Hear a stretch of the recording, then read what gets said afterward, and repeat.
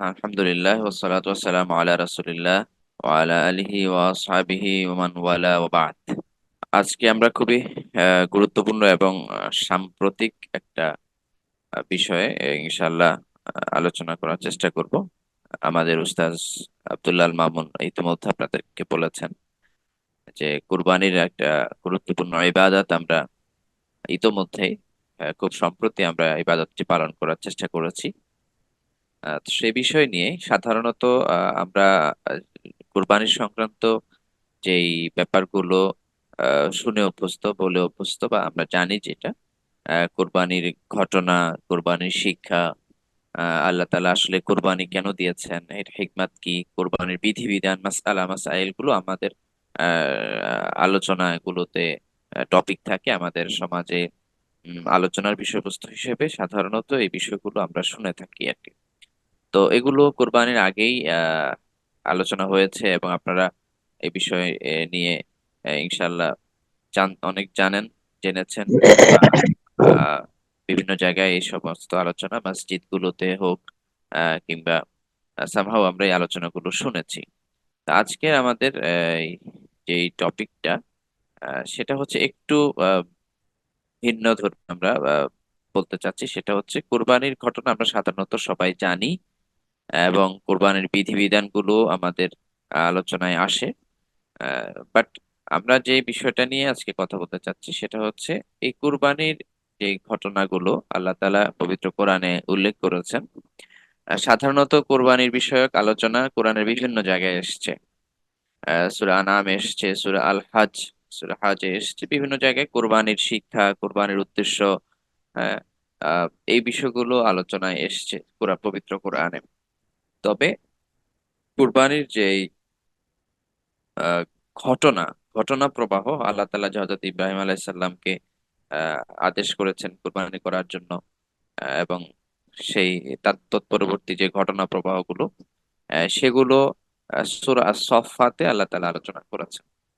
তো সেই ঘটনাগুলোর মধ্য দিয়ে আসলে আমরা শুধু ঘটনা নয়, বরং একটু যদি গভীরভাবে পর্যবেক্ষণ করি, গভীরভাবে আমরা যদি দৃষ্টি দেই, তাহলে ইনশাল্লাহ দেখবো যে কুরবানির ঘটনা বর্ণনার পাশাপাশি এই আয়াতগুলোতে, সূরা আস-সাফফাতের আয়াতগুলোতে আল্লাহ তাআলা সন্তান প্রতিপালনের নির্দেশনা এবং সন্তানের সাথে বাবা মায়ের সম্পর্ক কেমন হবে, সম্বোধন কিরকম হবে, এই সকল বিষয়গুলো অত্যন্ত সূক্ষ্মভাবে, যদিও আয়াতগুলোর মূল প্রতিপাদ্য বিষয় হচ্ছে কুরবানির ঘটনা আহ আলোচনা করা, ঘটনা প্রবাহগুলো তুলে ধরা, কিন্তু এর মধ্য দিয়েও আমরা একটু গভীরভাবে দেখলে দেখবো যে এই ঘটনাগুলোর মধ্যেই আসলে প্রত্যেকটা আয়াতে যদি একটু খেয়াল করি, আহ, মানে ছোট ছোট শব্দ, ছোট ছোট শব্দ চয়ন, কিন্তু এত চমৎকার শব্দ চয়ন আল্লাহ তাআলা করেছেন, যেখানে যে শব্দ চয়নগুলোর মধ্য দিয়েই সন্তান প্রতিপালনের নীতিমালা, ইসলামিক নীতিমালা বা ইসলামী নির্দেশনা যদি বলি, সেগুলো কিন্তু খুব সুন্দরভাবে, সূক্ষ্মভাবে কিন্তু খুব সুন্দরভাবে আল্লাহ তাআলা আমাদের জন্য আসলে দিয়ে দিয়েছেন। তো সেই বিষয়গুলো আমরা ইনশাল্লাহ আলোচনায় আনবো। প্রথমেই আমরা যেটা বলেছি সূরা সফফাতের যে আয়াতগুলো, এই এই হচ্ছে সেই আয়াতগুলো 100 থেকে 111। এখানে 12টি আয়াত আছে। 100 থেকে 111, যেহেতু 100 আয়াত সহ, তার মানে হচ্ছে 12টি আয়াত আছে, যে 12টি আয়াতে আল্লাহ তাআলা কুরবানির ঘটনা প্রবাহ গুলো আলোচনা করেছেন। তার আগে সূরা আস-সাফফাতের আগের আয়াতগুলো, সেখানে হযরত ইব্রাহিম আলাইহিস সালামের আহ, সংক্রান্ত আলোচনা এসেছে। তিনি মূর্তি পূজাকে বিসর্জন দিয়ে তিনি তার নিজের দেশ থেকে চলে এসেছিলেন, হিজরত করেছিলেন, এই আলোচনাগুলো আছে। তারপরে 100 যে আয়াত, এখান থেকে শুরু করে 100তম থেকে 111, এই আয়াতগুলোতে কোরবানি সংক্রান্ত নির্দেশনা, কোরবানি সংক্রান্ত ঘটনা প্রবাহ, আহ, এগুলো আল্লাহ তাআলা আমাদেরকে এখানে দিয়েছেন। তো আমরা আয়াতগুলো একটু পড়ি, তারপরে ইনশাআল্লাহ আয়াতের অনুবাদ এবং তার সংশ্লিষ্ট আমাদের আজকের বিষয়ের আলোচনায় আমরা যাব ইনশাআল্লাহ।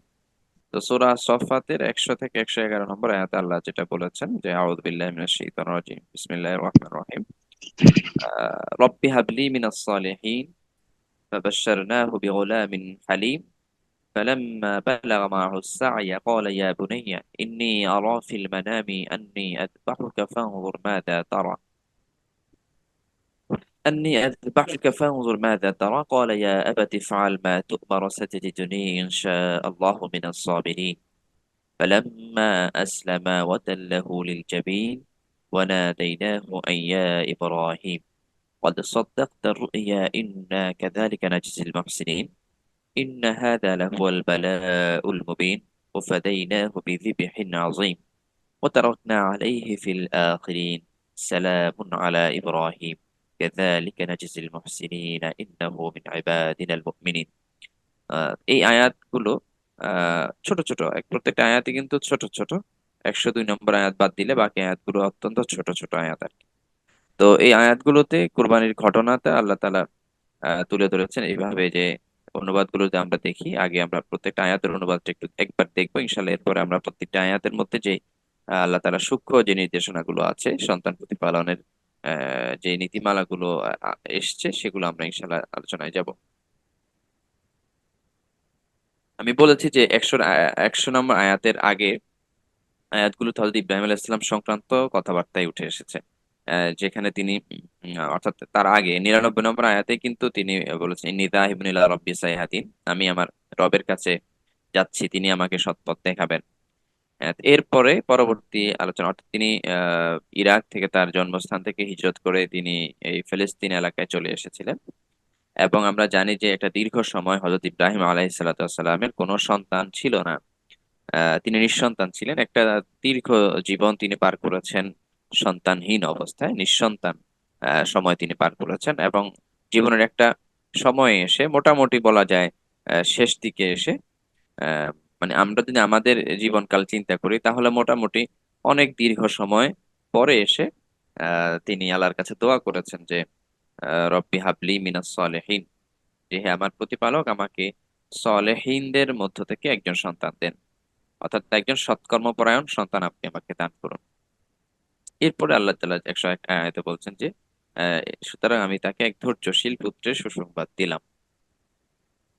102 নম্বর আয়াতে এরপরে এসছে অতঃপর সে যখন তার পিতার সঙ্গে চলাফেরার বয়সে উপনীত হলো, আমি স্বাভাবিক যে সাধারণ অনুবাদগুলো তুলে ধরেছি, তখন ইব্রাহিম আলাইহিস সালাম তাকে বলল, সন্তানকে বলছেন, হে প্রিয় বৎস, হে আমার প্রিয় ছেলে, প্রিয় বাচ্চা, আমি স্বপ্নে দেখি যে তোমাকে জবেহ করছি, এখন তোমার অভিমত কি বলো।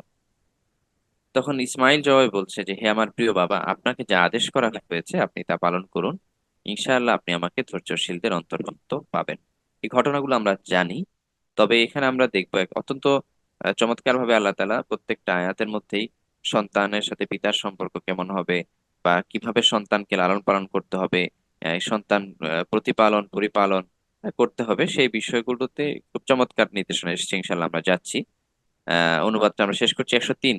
অতঃপর তারা উভয়ে যখন আত্মসমর্পণ করলো, অর্থাৎ ইসমাইলও যখন এগ্রি করলো, অর্থাৎ ইব্রাহিম আলাইহিস সালামের সাথে যখন ইসমাইলও একমত হলো, আহ তো তারা উভয়ে যখন আত্মসমর্পণ করলো কোরবানি হওয়ার জন্য, কেউ কোরবানি করার জন্য, এবং সে তাকে কাত করে শুইয়ে দিল, তখনই আল্লাহ বলছেন আমি ডেকে বললাম, হে ইব্রাহিম, তুমি তো স্বপ্নকে বাস্তবে পরিণত করে দেখালে, নিশ্চয় আমি এভাবেই সৎকর্মপরায়ণদেরকে প্রতিদান দিয়ে থাকি। কোরআনে যেটা বলছে যে কাযালিকা নাজজিল মুহসিনিন, মুহসিন মানে হচ্ছে যারা এহসান, অর্থাৎ যাদের কর্মগুলো অত্যন্ত সুন্দর, সে এহসানের পর্যায়ে আছে, আমরা সেই দিকে আজকে আলোচনায় যাব না। তো এক কথায় এখানে বলা যেতে পারে যে মুহসিন মানে একদম একনিষ্ঠ সৎকর্মপরায়ণ যারা, তাদেরকে।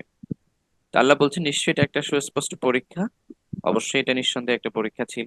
এবং আল্লাহ বলছেন যে আমি এর পরিবর্তে জবেহযোগ্য এক মহান জন্তু দিয়ে তাকে মুক্ত করে নিলাম। আর এই বিষয়টি, এই যে বিধানটা, এই যে আহ, জন্তু জবেহের যে বিধানটা, এটা আমি পরবর্তীদের জন্য স্মরণীয় করে রাখলাম। আহ, এবং আল্লাহ বলছেন সালাম আলা ইব্রাহিম, ইব্রাহিমের উপর শান্তি বর্ষিত হোক। আল্লাহ নিজেই ইব্রাহিম আলাইহিস সালামের জন্য শান্তি বর্ষণ করছেন এবং এরপরে বলছেন যে নিশ্চয়ই আমি এভাবে সৎকর্মপরায়ণদেরকে প্রতিদান দিয়ে থাকি। 105 নম্বর আয়াতের ফিনিশিংটা আর 110 নম্বর আয়াতটা সেম জিনিস। এবং লাস্টে এসে 111 নম্বর আয়াতে যেটা বলছেন যে ইন্নাহু মিন ইবাদিনাল মুমিনিন, নিশ্চয় সে আমার মুমিন বান্দাদের অন্তর্ভুক্ত। তো এই ছিল আয়াতের একদম সহজ সরল অনুবাদ। আপনারা যে কোনো অনুবাদের বই, কোরআনের অনুবাদ দেখলে আপনারা এই অর্থগুলো এরকম কাছাকাছি, হয়তো হুবহু এরকম শব্দ হবে না, বাট কাছাকাছি এরকম। তো আমরা এই দেখেন 100 থেকে 111 মোট 12টি আয়াত। এরপরে 113 112 নম্বর আয়াত থেকে আবার আলোচনা ভিন্ন দিকে গিয়েছে, ইসহাক আলাইহিসসালামের আলোচনা এসেছে। তো এই আয়াতগুলো একান্ত হযরত ইব্রাহিম আলাইহিসসালাম এবং ইসমাইল আলাইহিসসালামকে নিয়ে। এবং বিশেষ করে যদি আপনি খেয়াল করেন দেখবেন 100 থেকে 106, হ্যাঁ, কিংবা 107ও যদি বলি, তাহলে এটা 107 পর্যন্ত এটা হচ্ছে একদম কোরবানির ঘটনাগুলো আলোচনা করা হয়েছে। 107 পর্যন্ত এসে ঘটনা শেষ হয়েছে। এরপরে 108 থেকে আরো কিছু কথা এসেছে সংশ্লিষ্ট। তো 100 থেকে 107ও যদি ধরি, তাহলেও এই আয়াত, এখানে 8টি আয়াত আছে। সেই 8টি আয়াতেই আহ, শুরু থেকেই আমরা যাব ইনশাল্লাহ। চমৎকার করে আল্লাহ তাআলা আমাদেরকে সন্তান প্রতিপালনের নির্দেশনা দিচ্ছেন। আমরা আগেও বলেছি এই আয়াতগুলো বেসিক কনসেপ্ট বা একদম মূল প্রতিপাদ্য বিষয় হচ্ছে কুরবানির ঘটনা প্রবাহ। সেটা আমরা দেখেছি এবং সে বিষয়ে আমাদের আলোচনা হয়েছেও। আপনাদের সম্ভবত কুরবানির আগেও কুরবানি নিয়ে সেশন ছিল। তো সেই দিকে আমরা আমরা যাচ্ছি না, আমরা জাস্ট অন্যদিকে ফোকাস করব সেম আয়াতগুলো নিয়ে। প্রথমেই আমরা যাচ্ছি যে প্রথম আয়াত যেটা 100। এখানে হযরত ইব্রাহিম আলাইহিস সালাম যেটা বললেন যে রব্বি হাবলি মিনাস সলিহিন, হে আমার প্রতিপালক, আমাকে এক সৎকর্ম পরায়ণ সন্তান দান করুন। এখানে আয়াতের যে মূল ফোকাসটা যেদিকে, সেটা হচ্ছে সৎকর্ম পরায়ণ সন্তান। হযরত ইব্রাহিম আলাইহিস সালাম, আমরা যে বলেছি অলরেডি, যে দীর্ঘ সময় তিনি সন্তানহীন জীবন যাপন করেছেন। এখন তো আল্লাহর কাছে, এই আল্লাহ তাআলার কাছে যখন তিনি সন্তান চাচ্ছেন, তখন আমাদের জন্য চরম একটা শিক্ষা আছে, একটা মহান একটা শিক্ষা বলতে পারি, একটা চমৎকার আহ আদর্শ তিনি আমাদের জন্য রেখে গেছেন। দেখুন, তিনি হযরত ইব্রাহিম আলাইহিসসালাম আল্লাহর কাছে চাইতে পারতেন সন্তান, যে আল্লাহ আমাকে একজন সন্তান দেন, আমার সন্তান নেই, আমাকে একজন সন্তান দান করুন। কিন্তু ইব্রাহিম আলাইহিসসালাম শুধু সন্তান চাননি, তিনি চেয়েছেন মিনাস সলেহিন। আহ, সলেহ অর্থ আমরা সবাই জানি, আমাদের কাছে সব সলেহ শব্দের অর্থ অন্তত সবারই জানার কথা আর কি। আমরা জানি আমলে সলেহ শব্দটা আমাদের কাছে পরিচিত, এমনিতে সলেহ শব্দটা আমাদের পরিচিত, সলেহীন শব্দটা আমাদের পরিচিত। তো সলেহ মানে হচ্ছে সৎকর্মশীল বা নেককার যদি আমরা বলি। আর সলেহীন এটা হচ্ছে সলেহ শব্দের বহু বচনের একটা রূপ। অর্থাৎ যেখানে অর্থ হচ্ছে সৎকর্মপরায়ণ ব্যক্তিগণ বা সৎকর্মশীল গণ বা নেককার গণ, অর্থাৎ এটা বহু বচন। এখানে দুটো শিক্ষণীয় আমাদের আছে। একটা হচ্ছে, অবশ্যই আমরা আল্লাহর কাছে যখন চাইবো তখন সলেহ সলেহ সন্তান চাইবো। সুতরাং এখানে এই আয়াতের যে নোটটা আমরা নিতে পারি সেটা হচ্ছে, অবশ্যই নেক্সট সন্তানের জন্য আমরা দোয়া করব। তো আজকের যে আমাদের টপিকটা সেটা হচ্ছে সন্তান প্রতিপালনের নীতিমালাগুলো কিভাবে এই কোরবানির ঘটনায় ফুটে উঠেছে সেটা। তো সন্তান প্রতিপালন করার আগেই তো অবশ্যই আমাদের তো সন্তান লাগবে। যারা নিঃসন্তান আছি, তাদের তো সন্তানের প্রয়োজন। সন্তান থাকলে তো তারপরে সন্তানের লালন পালন বা প্রতিপালনের প্রশ্ন আসবে। তো সুতরাং সন্তান যখন থেকে আমি সন্তানের জন্য চেষ্টা করছি, যখন থেকে আমি চাচ্ছি আমার সন্তান হোক, তখন থেকে আমাকে আমার আল্লাহর কাছে দোয়া করতে হবে। অর্থাৎ একটা জিনিস হচ্ছে ভিজিবল, একটা ইনভিজিবল, একটা হচ্ছে প্রত্যক্ষ আর একটা হচ্ছে পরোক্ষ। তো আমার বাহ্যিক চেষ্টা যেটা, সেটার পাশাপাশি আল্লাহর কাছে যে আহ চাওয়ার বিষয়টা, যেটা ইনভিজিবল, অর্থাৎ যেটাই আসলে মৌলিকভাবে আলটিমেট মানে কার্যকরী, সেটা হচ্ছে আল্লাহ তাআলা দিলেই সন্তান হবে। তো সেই আল্লাহর কাছে আমি সন্তানের জন্য অবশ্যই দোয়া করব। আহ পাশাপাশি অনেক নিঃসন্তান আছেন, নিঃসন্তান দম্পতি আছেন, দীর্ঘ সময় সন্তান নেই। অবশ্যই আহ, যত জায়েজ চিকিৎসা পদ্ধতি আছে সেগুলো আমরা গ্রহণ করতে পারি, সেটা ভিন্ন জিনিস। কিন্তু আল্লাহর কাছে পাশাপাশি দোয়াটা কন্টিনিউ করতে হবে, এবং দোয়াটা কেমন করতে হবে সেটা হয়তো ইব্রাহিম আমাদেরকে শিখিয়েছেন। যে দোয়া চাইতে হবে শুধু আল্লাহ আমাকে একজন সন্তান দেন, আল্লাহ আমাকে একজন ছেলে সন্তান দেন, বা আল্লাহ আমাকে একটা মেয়ে সন্তান দেন। এক্স্যাক্টলি এইভাবে না করে আমরা সন্তানের জন্য দোয়া করবো, আল্লাহ আমাদেরকে নেক সন্তান দেন, সৎকর্মশীল সন্তান দেন, সৎকর্মপরায়ণ সন্তান দেন। এইভাবে মূলত আমরা আল্লাহর কাছে দোয়া করব। আমাদের সমাজে ম্যাক্সিমামই আমরা দেখি যে আসলে আমরা আল্লাহর কাছে অনেকে দোয়া করছি সন্তানের জন্য, ঠিকই আছে। বা যাদের সন্তান হয় না একটা নির্দিষ্ট সময় পর্যন্ত, তারা বেশি দোয়া করে। স্বাভাবিকভাবে যাদের হয়তো দেখা যাচ্ছে সন্তান হচ্ছে বা তারা কিন্তু এই দোয়াটা আসলে আল্লাহর কাছে কতটুকু আকুতি নিয়ে বা কতটুকু ইখলাসের সাথে দোয়া করে, এটা আমাদের সমাজের প্র্যাকটিস দেখলে আমরা আসলে বুঝতে পারবো আর কি। তো ঠিক তেমন একটা প্র্যাকটিস আমাদের সমাজে নেই। তাও যতটুকু আছে সাধারণত আল্লাহর কাছে সরাসরি ভাবে বলে যে আমাকে আল্লাহ এরকম আমাকে একটা সন্তান দেন, বা আমাকে একটা ছেলে সন্তান দেন, বা আমাকে একটা মেয়ে সন্তান দেন, এইভাবে সাধারণত আমরা চাই আর কি। তো আমরা যতটুকু যেটা চাচ্ছি সেটা নাজায়েজ কিছু না। তবে কারো ছেলে আছে সে আল্লাহর কাছে মেয়ে চাইতেই পারে, কারো মেয়ে আছে সে আল্লাহর কাছে ছেলে চাইতেই পারে। কিন্তু তার সাথে একটা শর্ত আমরা যুক্ত করে দিব, যেটা হচ্ছে নেককার। নেককার ছেলে নেককার মেয়ে, এইভাবে আমরা আল্লাহর কাছে চাইবো। আমাদের সমাজে যেটা হয়, বাবা মারা নেককার সন্তানের জন্য দোয়া করেন না, কিন্তু পরবর্তী একটা সময়ে যখন এসে যখন দেখা যায় সন্তান নেককার হয় না, সন্তান পিতামাতার অবাধ্য হয়ে যাচ্ছে, তখন এসে তারা কনসার্ন হন বিষয়টা নিয়ে, অনেকের সাথে কনসাল্ট করেন কিভাবে সন্তানকে মানে এই বিপদ থেকে থেকে কিভাবে সঠিক পথে আনা যায়। এগুলা নিয়ে অনেক পিতামাতা আমাদের সমাজে কনসার্ন, বিশেষ করে একটা নির্দিষ্ট সময়ের পরে। তো উচিত ছিল যখন থেকেই সন্তান আমার এসেছে পৃথিবীতে, বা সন্তান আসার আগ থেকেই আমাকে দোয়া করা উচিত ছিল অবশ্যই আল্লাহর কাছে নেক সন্তান চাওয়ার জন্য। তো আমি তো আল্লাহর কাছে নেক সন্তান চাই নাই। তাহলে এখন সন্তান যখন নেককার হচ্ছে না বা হয়নি, তখন গিয়ে আমার টনক নড়েছে, অথচ আমার উচিত ছিল আল্লাহর কাছে শুরুতেই নেক সন্তান চাওয়া। তো এটা আমাদের সবার জন্য, এখানে যারা বাবা মা আছি, যা সকলের জন্য, কিংবা বাবা মা না হলেও পরবর্তী জেনারেশনের জন্য আমাদের এই শিক্ষাটা আমরা এই এই আয়াত থেকে নিব। সেটা হচ্ছে অবশ্যই আল্লাহর কাছে যখন সন্তানের জন্য দোয়া করব, পার্থিব উপকরণ তো ঠিক আছে, কিন্তু পাশাপাশি আল্লাহর কাছে নেক সন্তানের জন্য আমাদেরকে দোয়া করতে হবে। এটা একটা পয়েন্ট।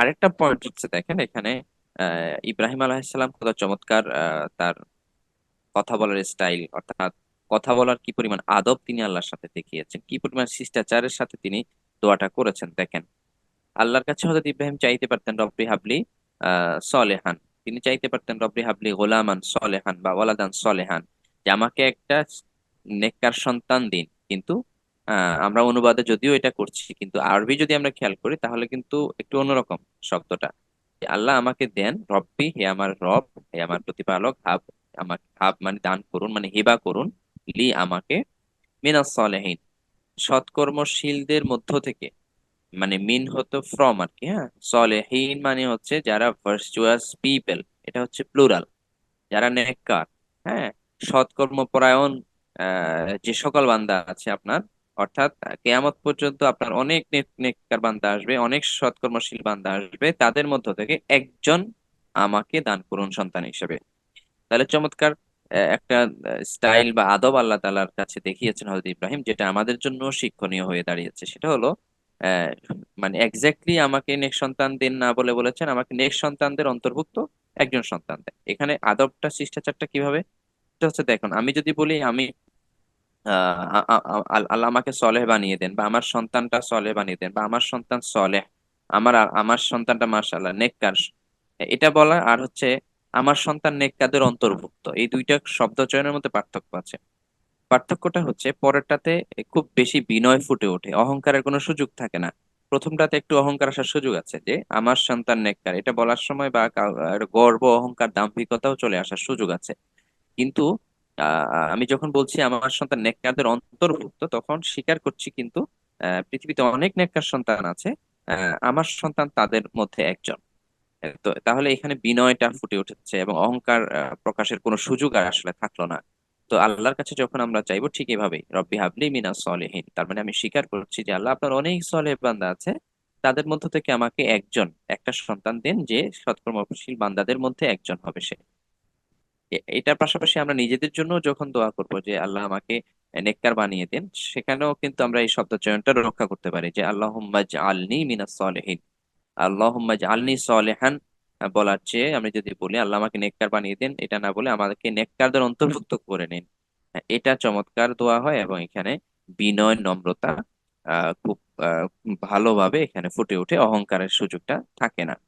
তো ইব্রাহিম আলাইহিসসালাম প্রথমেই যে আমাদের জন্য শিক্ষণীয় দিকটি রেখেছেন সেটা হচ্ছে যারা নিঃসন্তান আছেন, দীর্ঘদিন সন্তান হচ্ছে না, কিংবা সন্তান দীর্ঘদিন হচ্ছে না বিষয়টা এমন না, বরং সন্তান হবে ইনশাল্লাহ ভবিষ্যতে, আহ তাদের জন্য এই সেম দোয়াটা প্রযোজ্য। সেটা হচ্ছে আল্লাহর কাছে অবশ্যই আমরা নেককার সন্তান চাইবো। এটা আমাদের সকল বাবা মার উচিত। হ্যাঁ, যারা বয়স হয়ে গেছে, নাতি নাতনি হবে ভবিষ্যতে, তারা তাদের সন্তানদেরকে এই দোয়াটা শেখাবেন।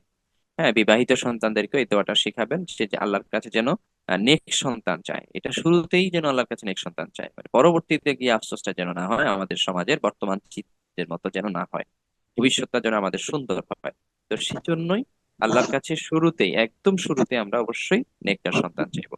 তো এই দোয়াটা আমরা সকলে মুখস্থ করতে পারি। আমি বলে দিচ্ছি, সূরা আস-সাফফাতের 100, একদম বরাবর 100 নম্বর আয়াত। সেখানে আল্লাহর কাছে হযরত ইব্রাহিম দোয়া করেছেন, রব্বি হাবলি মিনাস সলিহিন। এটা হচ্ছে যাদের সন্তান নাই, সন্তান চাচ্ছি তারা। আর যাদের সন্তান আছে, সন্তানকে নেককার করে দেওয়ার জন্য দোয়া আছে, সেটাও আমরা সামনে আসছি ইনশাআল্লাহ। তো সূরা আস-সাফফাতের 100 এই আয়াতে হযরত ইব্রাহিমের নেক সন্তানের জন্য দোয়াটা আমরা জানলাম। এর বাইরেও কোরআনে আরো বিভিন্ন জায়গায় নেক সন্তানের জন্য দোয়া আল্লাহ তাআলা আমাদেরকে শিখিয়েছেন।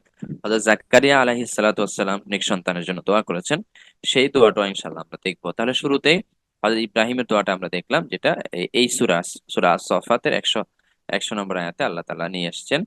পরবর্তী আরেকটা দোয়া দেখবো, জাকারিয়া আলাইহিস সালাম দোয়া করেছেন, সূরা আলে ইমরানের 38।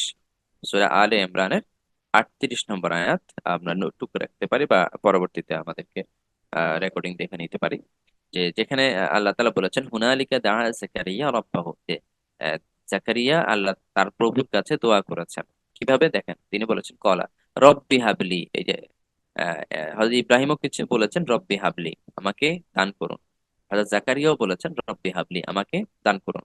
মিন লাদুনকা, এখানে শব্দটা এরকম, মিন লাদুনকা, আপনার পক্ষ থেকে। হে আল্লাহ, আপনার পক্ষ থেকে আপনি আমাকে দান করুন যুররিয়াতান তাইয়্যিবাতান, উত্তম। তৈয়্যিবা মানে উত্তম। ওখানে আগের আয়াতে আছে সলেহ, ইব্রাহিম চেয়েছেন সলেহ, আর এই হযরত জাকারিয়া চেয়েছেন তৈয়্যিবা। তৈয়্যিবা মানে কি? পবিত্র, উত্তম। আমরা বলি না কালিমা তৈয়্যিবা, মানে পবিত্র বাক্য। তো তৈয়্যিব মানে একদম পবিত্র, উত্তম, মানে বেস্ট যেটা, সেটা। যুররিয়াতান মানে সন্তান সন্ততি। জুরিয়া মানে একদম শুধু ছেলে না। হ্যাঁ, জুরিয়া মানে হচ্ছে সন্তান সন্ততি, বংশধর, এটাকে জুরিয়া বলা হয়। তো আল্লাহর কাছে হযরত জাকারিয়া যেটা চেয়েছেন, যে রব্বি হাবলি মিন লাদুনকা যুররিয়াতান তাইয়্যিবা, হে আল্লাহ, আপনি আপনার পক্ষ থেকে, আপনার কাছ থেকে আমাকে দান করুন উত্তম বা পবিত্র, আহ, সর্বোৎকৃষ্ট, উৎকৃষ্ট সন্তান সন্ততি, উৎকৃষ্ট বংশধর আপনি আমাদেরকে দান করুন। তাহলে হযরত ইব্রাহিম চেয়েছেন সলেহ, এটাও নেক সন্তান বোঝায়। হযরত জাকারিয়া চেয়েছেন তয়্যিবা, এটাও নেক সন্তান বোঝায়। এবং হযরত জাকারিয়া পাশাপাশি বলেছেন, ইন্নাকা সামিউদ দুআ, হে আল্লাহ, আপনি তো দোয়া শুনেন, আপনি তো দোয়া শুনেন, তাহলে আপনি আমার দোয়াটাও শুনুন, আমার দোয়াটাও কবুল করুন। তাহলে আমরা দুটো দোয়া শিখলাম, একটা হচ্ছে রব্বি হাবলি মিনাস সলিহিন, নেক সন্তানের জন্য ইব্রাহিমের দোয়া। আর জাকারিয়ার দোয়া হচ্ছে রব্বি হাবলি মিন লাদুনকা যুররিয়াতান তাইয়্যিবা ইন্নাকা সামিউদ দুআ। মোট 4টা দোয়া আমি কোরআন থেকে নিয়ে এসেছি। ইনশাল্লাহ আমরা চেষ্টা করলে এই 4টা দোয়া আমাদের ইনশাল্লাহ খুব সহজে মুখস্থ হবে। আরেকটা দোয়া, সেটাও হযরত জাকারিয়া বলেছেন, সূরা আম্বিয়া 79 নম্বর আয়াতে। এখানেও হযরত জাকারিয়ার দোয়া, হযরত জাকারিয়া দুই ভাবে দোয়া করেছেন। এখানে চমৎকার করে আল্লাহ তাআলা বলেছেন, ওয়া জাকারিয়া ইয নাদা রাব্বাহু, যে জাকারিয়া যখন তার প্রভুর কাছে আহ্বান করলো। এখানে আরেকটা চমৎকার শিক্ষা হচ্ছে, দেখেন, সকলেই কিন্তু সন্তান চাচ্ছে, তারা নবী হওয়া সত্ত্বেও আল্লাহর কাছে। সুতরাং আমরা উম্মত, আমরা অবশ্যই কার কাছে চাইবো? আল্লাহর কাছে চাইবো। যে নবী সরাসরি আল্লাহর সাথে তাদের সম্পর্ক, তারা যেখানে সরাসরি আল্লাহর কাছে চাচ্ছেন, সেখানে আমার আর কোনো সুযোগ নাই অন্য কারো কাছে গিয়ে, কোনো মাজারে গিয়ে, অথবা কোনো শিরকি পন্থায় গিয়ে সন্তান লাভ করার জন্য চেষ্টা করা বা সন্তান কামনা করার কোনো সুযোগ নাই। আমি তো নবীর চেয়ে বেশি পরেজগার আমার সমাজে কেউ নাই, যে যার কাছে গেলে সে আমাকে সন্তান লাভ করিয়ে দিতে পারবে, যেখানে নবীরাই স্বয়ং আল্লাহর কাছে চাইছে। তাই না? তো সুতরাং এখানেও একটা বড় শিক্ষা আছে, যে সকলে কিন্তু বলছে রব্বি রব্বি, হ্যাঁ, হে আমার প্রভু, হে আমার প্রভু। হ্যাঁ, তো রবের কাছে চাচ্ছে। তো হযরত জাকারিয়ার দ্বিতীয় দোয়া, যেটা সূরা আম্বিয়াতে এসেছে, যে রব্বি, দেখেন এখানে বলছেন রব্বি, হে আমার প্রভু, লা তাযারনি ফারদান, আমাকে আপনি একক, মানে একাকী ছেড়ে দিয়েন না আমাকে। মানে একা অবস্থা, আমি দুনিয়া থেকে চলে যাচ্ছি একদম একা অবস্থায়, আমার কোনো সন্তান সন্ততি নেই, এই অবস্থায় আমাকে দুনিয়া থেকে নিয়ে যায় না, আমাকে এই অবস্থায় ছেড়ে যায় না। ওয়া আনতা খায়রুল ওয়ারিসিন, আপনি তো শ্রেষ্ঠ মানে ওয়ারিশ দানকারীদের মধ্যে শ্রেষ্ঠ। অর্থাৎ ওয়ারিস মানে উত্তরাধিকারী। তো এই জন্য হযরত জাকারিয়া আল্লাহর কাছে চেয়েছেন যে একজন উত্তরাধিকারী, একজন সন্তান চেয়েছেন, এবং আল্লাহর কাছে এভাবে বলেছেন যে আমাকে এভাবে, অনেকে যাদের একদম নিঃসন্তান যারা, তারা এই দোয়াটা করতে পারে যে রব্বে লা তাযারনি ফারদান। এখানে আরো অনেক আবেগ চলে আসে, হে আল্লাহ আপনি কি আমাকে এভাবে একাকী রেখে দিবেন, দুনিয়া থেকে আমি এভাবে একাকী অবস্থায় চলে যাব, আমার কোনো যুররিয়া থাকবে না, কোনো সন্তান সন্ততি থাকবে না, এভাবে আপনি আমাকে নিয়ে যাবেন, প্লিজ আমাকে এভাবে একাকী নিয়ে যাবেন না। তো এখানে এই দোয়ার মধ্যে আরেকটা চরম ভক্তি, চরম আলাদা একটা ভাব আছে আর কি। যারা একদম নিঃসন্তান তারা এই দোয়াটা করতে পারে। আর এর বাহিরে এটা একদম নিঃসন্তানের জন্য দোয়া, আর বাকিগুলো এমনিতেই সন্তান লাভের জন্য দোয়া করতে পারে। আচ্ছা, এটা গেল হযরত ইব্রাহিমের দোয়া এবং হযরত জাকারিয়া আলাইহিস সালামের দুইটা দোয়া। এর বাহিরেও কোরআনে আরেকটা দোয়া শিখিয়েছেন আল্লাহ তাআলা, তার ইবাদুর রহমান সূরা আল ফুরকানে এসেছে, এটা 74 নম্বর আয়াত। যে আল্লাহ তাআলা সূরা আল ফুরকানের মাঝামাঝি থেকে শুরু করেছেন যে ওয়া ইবাদুর রহমানিল্লাযীনা ইয়ামশুনা, এইভাবে, অর্থাৎ রহমানের প্রিয় বান্দাদের চরিত্র, বৈশিষ্ট্য, কোয়ালিটি তিনি বর্ণনা করেছেন। তো সেইখানে বর্ণনা করতে গিয়ে 74 নম্বর আয়াতে এসে আল্লাহ তাআলা বলছেন যে রহমানের বান্দা হচ্ছে তারা সেই যে আছে বলে বলে কি যায় রাত্রির ওয়াল্লাযীনা। মধ্যে মধ্যে চালিশ দিবার আরে আমরা একটু মিউট করি সবাই। আচ্ছা, তো এখানে ফুরকানের 74 নম্বর আয়াতে আল্লাহ তাআলা তার ইবাদুর রহমান, তার প্রিয় বান্দাদের যে বৈশিষ্ট্য বর্ণনা করেছেন, সেখানে বলেছেন যে তারা বলে, ওয়াল্লাযিনা ইয়াকুলুন, প্রিয় বান্দা তারা যারা বলে, কি বলে, রব্বানা হাবলানা। দেখেন এখানেও কিন্তু রবের কাছে চাওয়া হচ্ছে, হাব শব্দ কিন্তু সেম, হাব, হ্যাঁ, হাবলানা, হে আমাদের প্রভু প্রতিপালক আমাদেরকে দান করুন, মিন আজওয়াজিনা, আমাদের স্ত্রী, স্ত্রী হলে স্বামী, স্বামী হলে স্ত্রী, অর্থাৎ স্ত্রীর ক্ষেত্রে স্বামী অর্থ হবে, স্বামীর ক্ষেত্রে স্ত্রী অর্থ হবে। হ্যাঁ, যদি মহিলা দোয়া করে থাকেন তাহলে এই আজওয়াজ মানে হলো তার স্বামী, আর যদি পুরুষ দোয়া করে থাকেন তাহলে আজওয়াজ মানে তার স্ত্রী। তো রব্বানা হাব লানা মিন আজওয়াজিনা, হে আল্লাহ আপনি আমাদের স্বামী বা ক্ষেত্রে বিশেষ স্ত্রী কে, ওয়া যুররিয়াতিনা, এবং আমাদের যে যুররিয়া, আমাদের যে সন্তান সন্ততি, এদেরকে করে দিন, মানে আমাকে দান করুন, হাবলানা আমাকে দান করুন, মিন আজওয়াজিনা ওয়া যুররিয়াতিনা, এমন স্ত্রী এমন সন্তান যেগুলো কুররাতা আয়ুন, দেখলেই চোখ শীতল হয়, চক্ষু শীতলকারী, কুররাতা আয়ুন, চোখের শীতল, চক্ষু শীতলকারী সন্তান, চক্ষু শীতলকারী স্বামী কিংবা স্ত্রী আমাকে দান করুন। এবং ওয়াজআলনা লিল মুত্তাকিনা ইমামা, চক্ষু শীতল বলতে কেমন চক্ষু শীতল, এত ভালো ছেলে যে দেখে চোখ জুড়ে যায়, এবং শুধুই তাই না, বরং তারা মুত্তাকি হবে। এই জন্য আল্লাহ বলছেন ওয়াজআলনা লিল মুত্তাকিনা ইমামা, আমাদেরকে মুত্তাকিদের ইমাম হিসেবে আপনি নির্ধারণ করুন, অর্থাৎ আমাদের সন্তান সন্ততি, আমাদের স্ত্রী হবে মুত্তাকি, আমরা হচ্ছি তাদের ইমাম বা তাদের নেতা। তো এখানেও কিন্তু মুত্তাকি সন্তান চাওয়া হয়েছে, এবং এমন সন্তান চাওয়ার জন্য আল্লাহ তাআলা আমাদেরকে দোয়া শিখিয়েছেন যে সন্তানকে দেখলে চক্ষু শীতল হয়। তো যারা আহ পারিবারিক ভাবে অসুখী আছি আমরা, তারা চাই, তারা অবশ্যই এই দোয়াটা করতে পারি। আর এমনিতেও সবারই উচিত হচ্ছে এই দোয়াটা করা। আমরা অনেকে মনে করি যে এটা শুধু বিয়ের পরে এই দোয়াটা করতে হয়, ব্যাপারটা এরকম না অনেকটা।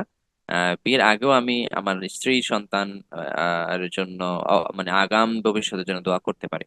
বিশেষ করে আল্লাহর কাছে নেককার স্ত্রী চাইতে পারি, যারা মহিলা আছি নেককার স্বামী চাইতে পারি এই দোয়াটা দিয়ে। তো তাহলে আমরা এভাবে বলতে পারি রব্বানা হাবলানা মিন আজওয়াজিনা ওয়া যুররিয়াতিনা কুররাতা আয়ুনি ওয়াজআলনা লিল মুত্তাকিনা ইমামা। তো এই মোটামুটি 4টি দোয়া আমি এখানে নিয়ে এসেছি, যে নেক সন্তান লাভের জন্য কোরআনে যে দোয়াগুলো আছে। এটা একটু ইলাবোরেটলি আলোচনা করেছি কারণ এটা আমাদের সমাজের অনেক বড় একটা প্রবলেম, আমি মনে করি, এবং আমি যেটা আমার বাস্তব অভিজ্ঞতায় দেখেছি খুবই বড় একটা প্রবলেম, নিঃসন্তান, হ্যাঁ, সন্তান না হওয়া।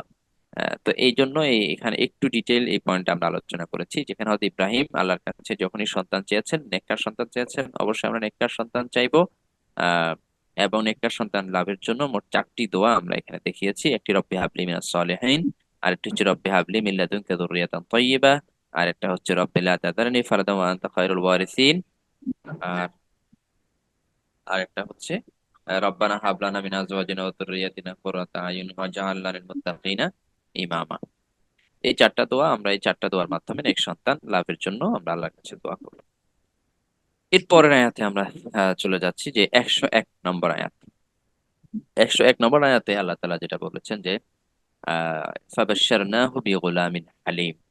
সুতরাং আমি তাকে এক ধৈর্যশীল পুত্রের সুসংবাদ দিলাম। আল্লাহ তাআলা হযরত ইব্রাহিমকে সুসংবাদ দিলেন যে হ্যাঁ, তোমার একটা সন্তান হবে, যেটা সন্তানটা ধৈর্যশীল। দেখুন এখানে হযরত ইব্রাহিম যেটা চেয়েছেন, এখানে মজার ব্যাপার হলো ইব্রাহিম কি চেয়েছেন। ইব্রাহিম আলাইহিস সালাম চেয়েছেন হচ্ছে নেক সন্তান।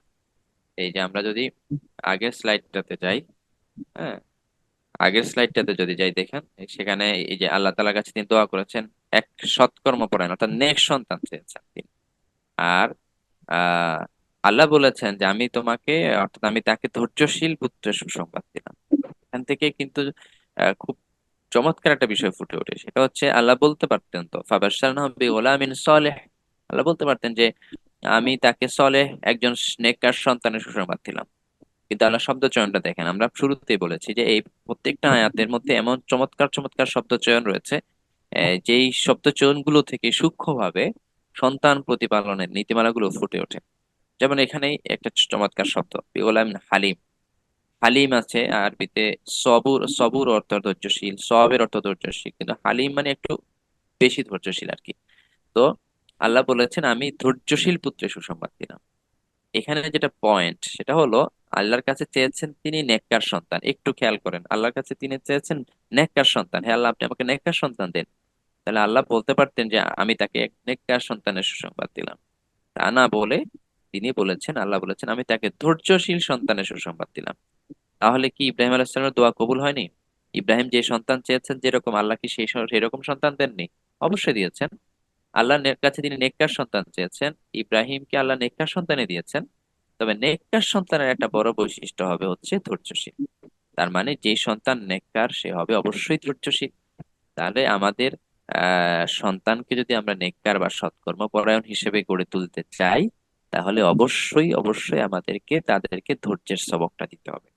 এই আয়াত থেকে আমরা এই নোটটা বের করতে পারি যে নেক সন্তানের অন্যতম বৈশিষ্ট্য হচ্ছে ধৈর্যশীল হওয়া। একটা সন্তান নেককার মানে হচ্ছে সে ধৈর্যশীল হবে। ধৈর্যশীল হওয়া ছাড়া নেককার হইতে পারে না। এই কারণে আল্লাহ তাআলা শব্দচয়নটা ওভাবেই করেছেন, সে নেককার সন্তান চেয়েছে আমি তাকে ধৈর্যশীল সন্তানের সুসংবাদ দিয়েছি। অর্থাৎ অবশ্যই নেককার সন্তান ধৈর্যশীল হতে হবে। তো তাই আমাদেরকে, আমাদের যেটা উচিত যে সন্তানকে ধৈর্যশীল হওয়ার সবকটা দিতে হবে। এবং এই সবকটা দিতে হবে একদম শৈশব থেকে। একদম শৈশব থেকে। আমাদের বর্তমান সমাজের সিনারিও যদি বলি, বর্তমানের যারা বাবা মা আছেন এখানে, আমাদের বড় একটা প্রবলেম হচ্ছে আমাদের সমাজ, আমাদের সন্তানরা ধৈর্যশীল না। মনে করেন যেটা চাচ্ছে সেটা দিতেই হবে, না দিলে খুব বাজেভাবে রিয়েক্ট করে এবং খুব এক্সট্রিম লেভেল থেকে রিয়েক্ট করে। মানে এটা দিতেই হবে, ইভেন কি, ইভেন 2 বছর, 2.5 বছর, 3 বছরের বাচ্চারাও কিন্তু ওইভাবে রিয়েক্ট করছে। অর্থাৎ যেটা সে চাচ্ছে সেটা তাকে দিতেই হবে, এক্স্যাক্টলি ওটাই দিতে হবে। এবং আমি যখন দিচ্ছি না, আপনি যখন দিচ্ছে না, তখন কিন্তু সে গড়াগড়ি করছে। একদম বাচ্চা ছেলের কথা যদি বলি, গড়াগড়ি করছে, কান্নাকাটি করছে, ওটাই লাগবে। ওটাই যখন আপনি দিচ্ছেন তখন কি হচ্ছে, সে শান্ত হচ্ছে। তার মানে একেবারেই কিন্তু ধৈর্য নেই। মানে ধৈর্যশীল হওয়ার সবকটা তাহলে তাদেরকে কিভাবে দেব আমরা? হ্যাঁ, ধৈর্যশীল হওয়ার সবকটা আমরা তাদেরকে দিচ্ছি না, বা আমরাই অনেকটা তাদেরকে প্রশ্রয় দিচ্ছি এইভাবে। সেটা হচ্ছে সে যখন যা চাচ্ছে আমি ঠিক তখন তা দিচ্ছি। যার কারণে সে কোনো কিছুর অভাব ফিল করছে না। এবং সে ধৈর্যশীল হওয়ার যে একটা সবক, এটা যে প্র্যাকটিস করবে, সে লেসনটা যে প্র্যাকটিস করবে, সেই সুযোগই আমি তাকে দিচ্ছি না, বা আমরা তাদেরকে দিচ্ছি না। এটা একটা বড় বাস্তবতা, এটা আমরা অস্বীকার করতে পারবো না ইনশাল্লাহ। অস্বীকার করার সুযোগ নেই। আমাদের সমাজে আশপাশ, আপনার ফ্যামিলি, আমার ফ্যামিলি, আত্মীয় স্বজনের ফ্যামিলি, সমাজ যদি দেখি, মানে একটু আর পাশে যদি আমরা তাকাই, তাহলে দেখবো যে আসলে এটা বাস্তবতা হচ্ছে এরকম যে অনেকটা আমরাই তাদেরকে ধৈর্যশীল হওয়ার সবক দিচ্ছি না। ছোট মানুষ কান্না করবে না তো কি বড় মানুষ কান্না করবে? অবভিয়াসলি ছোট মানুষ কান্না করবে। একটু কান্না করুক, সমস্যা কি এতে? তো মানে খুব বেশি ক্ষতি হয়ে যাচ্ছে না তার। মনে করেন আপনার সন্তান যখন পানিতে লাফ দিতে চাচ্ছে, আপনি কি তখন পানিতে লাফ দিতে দেন? তাকে দেন না, সে কিন্তু কান্না করে। তো আপনি কি তার কান্নাটা তখন আমরা আমলে আনি? আনি না। কেন আনি না? কারণ এই সে যেটা চাচ্ছে, সে যেটার জন্য সে জেদ করছে যে পানিতে নামবে, পুকুরে নামবে, যেটার জন্য সে জেদ করছে, এটা তার জন্য অনেক বড় ক্ষতির কারণ হতে পারে। সেই কারণে সেখানে কিন্তু আমি তাকে, যতই কান্না করুক, আমি তাকে দিচ্ছি না। আপনার সন্তান, আপনি চুলায় রান্না করছেন মা, আপনি, আপনার সন্তান যদি চুলা ধরতে যায়, আপনার সন্তান, আপনি মনে করেন ছুরি দিয়ে কাটাকাটি করছেন, ফল কাটছেন, আপনার সন্তান যদি ছুরিটা ধরতে যায়, তখন কিন্তু আপনি ধরতে দেন না, এবং এটার জন্য সন্তান যতই রিয়েক্ট করুক, যতই কান্নাকাটি করুক, আপনি কিন্তু সেটা দেন না। কেন দেন না? আপনি বুঝেন সে যতই কান্নাকাটি করছে এবং যে বিষয়টার জন্য কান্নাকাটি করছে আসলে সেটা তার জন্য কি না, অবশ্যই সুইটেবল না, এবং এটা তার বড়সড় ক্ষতির কারণ হতে পারে। তো এই কারণে আমি তাকে দিচ্ছি না এটা। তো সেই জায়গায় কিন্তু আমি ঠিকই ভূমিকা পালন করছি, কিন্তু অন্য জায়গাগুলোতে এসে আমার সেম ভূমিকাটা পালন করা দরকার ছিল। তো একটু কান্নাকাটি করেই তো আমি সেখানে গলে যাচ্ছি না, আমি তাকে বরং কান্নাটাকে কোনোভাবে দমানোর জন্য অন্যদিকে তার কনসেন্ট্রেশনটা ডাইভার্ট করার চেষ্টা করছি। অন্য কিছু দিয়ে, অন্য একটা খেলনা দিয়ে, অন্য খাবার দিয়ে, বা অন্য দিকে অন্য কথা দিয়ে, বা বাইরে ঘুরতে নিয়ে সামহাও আমি তাকে তার কনসেন্ট্রেশনটাকে ডাইভার্ট করার চেষ্টা করি অন্যদিকে। তো সেইটা আমাদের সকল ক্ষেত্রে করা উচিত। আপনি যেটা বুঝছেন আপনার সন্তান মোবাইল না দিলে খাবার খায় না, মোবাইল না দিলে কান্নাকাটি করে, আপনি একটু কান্নাকাটি করুক, তাকে অন্য উপায়ে, আমরা তো বড় হয়েছি, আপনারা বড় হয়েছেন, পৃথিবীতে সব মানুষ সন্তানকে তো আল্লাহ মোটামুটি প্রায় একই রকম বৈশিষ্ট্য দিয়ে পাঠিয়েছেন। তাহলে আপনি আমি যদি বড় হতে পারি এ সকল ডিভাইসের মানে থেকে, নিঃসঙ্গ থেকে, তাহলে তারাও ইনশাল্লাহ পারবে, তাদের মধ্যে আল্লাহ নেচার দিয়েছেন। তো কিন্তু অনেক সময় হয় পারিপার্শ্বিক কারণে, বা আহ, দেখা যাচ্ছে প্রতিবেশী সংস্পর্শে গিয়ে অনেক সময় এই ঝামেলাগুলো হয়। কিন্তু এক্ষেত্রে আমাদের উত্তরণের অবশ্যই উপায় আছে। সেটা হচ্ছে আমাদের নিজেদেরকে একটু ধৈর্যশীল হতে হবে এবং সন্তানকে অবশ্যই ধৈর্যের সবকটা দিতে হবে। তা আজকে আমাদের সন্তান মাঝে মধ্যে এমন হবে যে কৃত্রিম অভাব দেখাতে হবে আপনাকে। আমি বলছি যাদেরকে, আমার অডিয়েন্স সেটা হলো, আপনার হয়তো অভাব নেই, কিন্তু আপনি মাঝে মধ্যে সন্তানকে অভাব দেখাবেন, কৃত্রিম অভাব, তাহলে সন্তান ধৈর্যশীল হবে। সাধারণত আমি যা চাচ্ছি তা পেয়ে যাচ্ছি, যখন যা চাচ্ছি তখন তা পাচ্ছি, এই এটার চেয়েও যেটা চাচ্ছি সেটা পাচ্ছি না, এই সময়ে ধৈর্যের সবকটা বেশি প্র্যাকটিস হয়। সুতরাং যেটা চাচ্ছি সেটা যদি পেয়ে যাই, ধৈর্যের প্র্যাকটিসটা হয় না।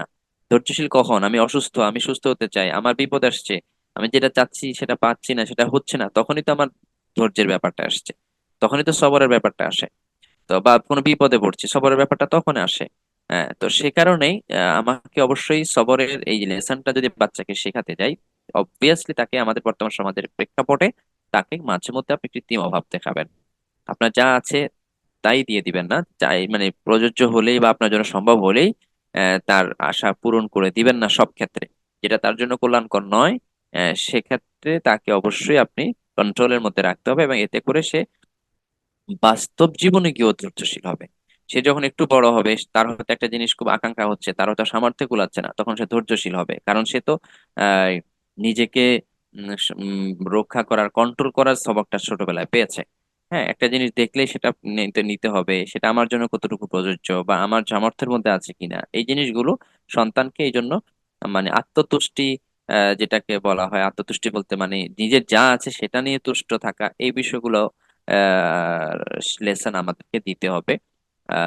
সুতরাং আমরা চেষ্টা করব ইনশাল্লাহ আমাদের সমাজে আমাদের সন্তানদেরকে আমরা যেন ধৈর্যশীল হিসাবে আমরা গড়ে তুলতে পারি। আরেকটা বিষয় খেয়াল করবেন, যে সন্তান মনে করেন কোনোদিন অভাব দেখে নাই, যে সন্তান মনে করেন কোনোদিন কষ্ট দেখে নাই, সেই সন্তান একবার বাস্তব জীবনে গিয়ে যখন সে জীবন যুদ্ধে নামবে তখন কিন্তু সে খেয়ে হারিয়ে ফেলবে।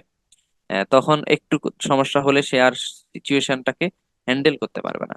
এই জন্য ছোটবেলা থেকে মাঝে মধ্যে তাকে অবস্টেকেল ক্রস করতে শেখান, মাঝে মধ্যে একটু অবস্টেকল দেন। ছোট বাচ্চা অনেক সময় দেখা যাচ্ছে, আপনি দেখছেন যে সে একটু চেষ্টা করে করে ওঠার চেষ্টা করতেছে, সিঁড়ি বাড়ার চেষ্টা করছে, আপনি তাকে একটু সুযোগ দিন। হ্যাঁ, বিপদের আশঙ্কা যেখানে আছে সেখানে অবশ্যই তাকে আপনি উদ্ধার করুন, কিন্তু এমন যেন না হয় সব ক্ষেত্রে আপনি হেল্প করতেছেন, মানে আপনার বাচ্চা 10 বছর, 12 বছর, 13 বছর, 15 বছর হয়ে গেছে, আপনি তাকে খাওয়াই দিচ্ছেন এখনো, কেন হবে এটা?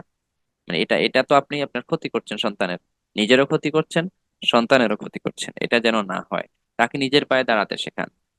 আপনার আপনার বাসায় 3টা কাজের বুয়া আছে, আপনার বাসায় 5টা কাজের ছেলে আছে, কিন্তু আপনার ছেলের জুতাটা নিজেকে নিজে পরতে শেখান।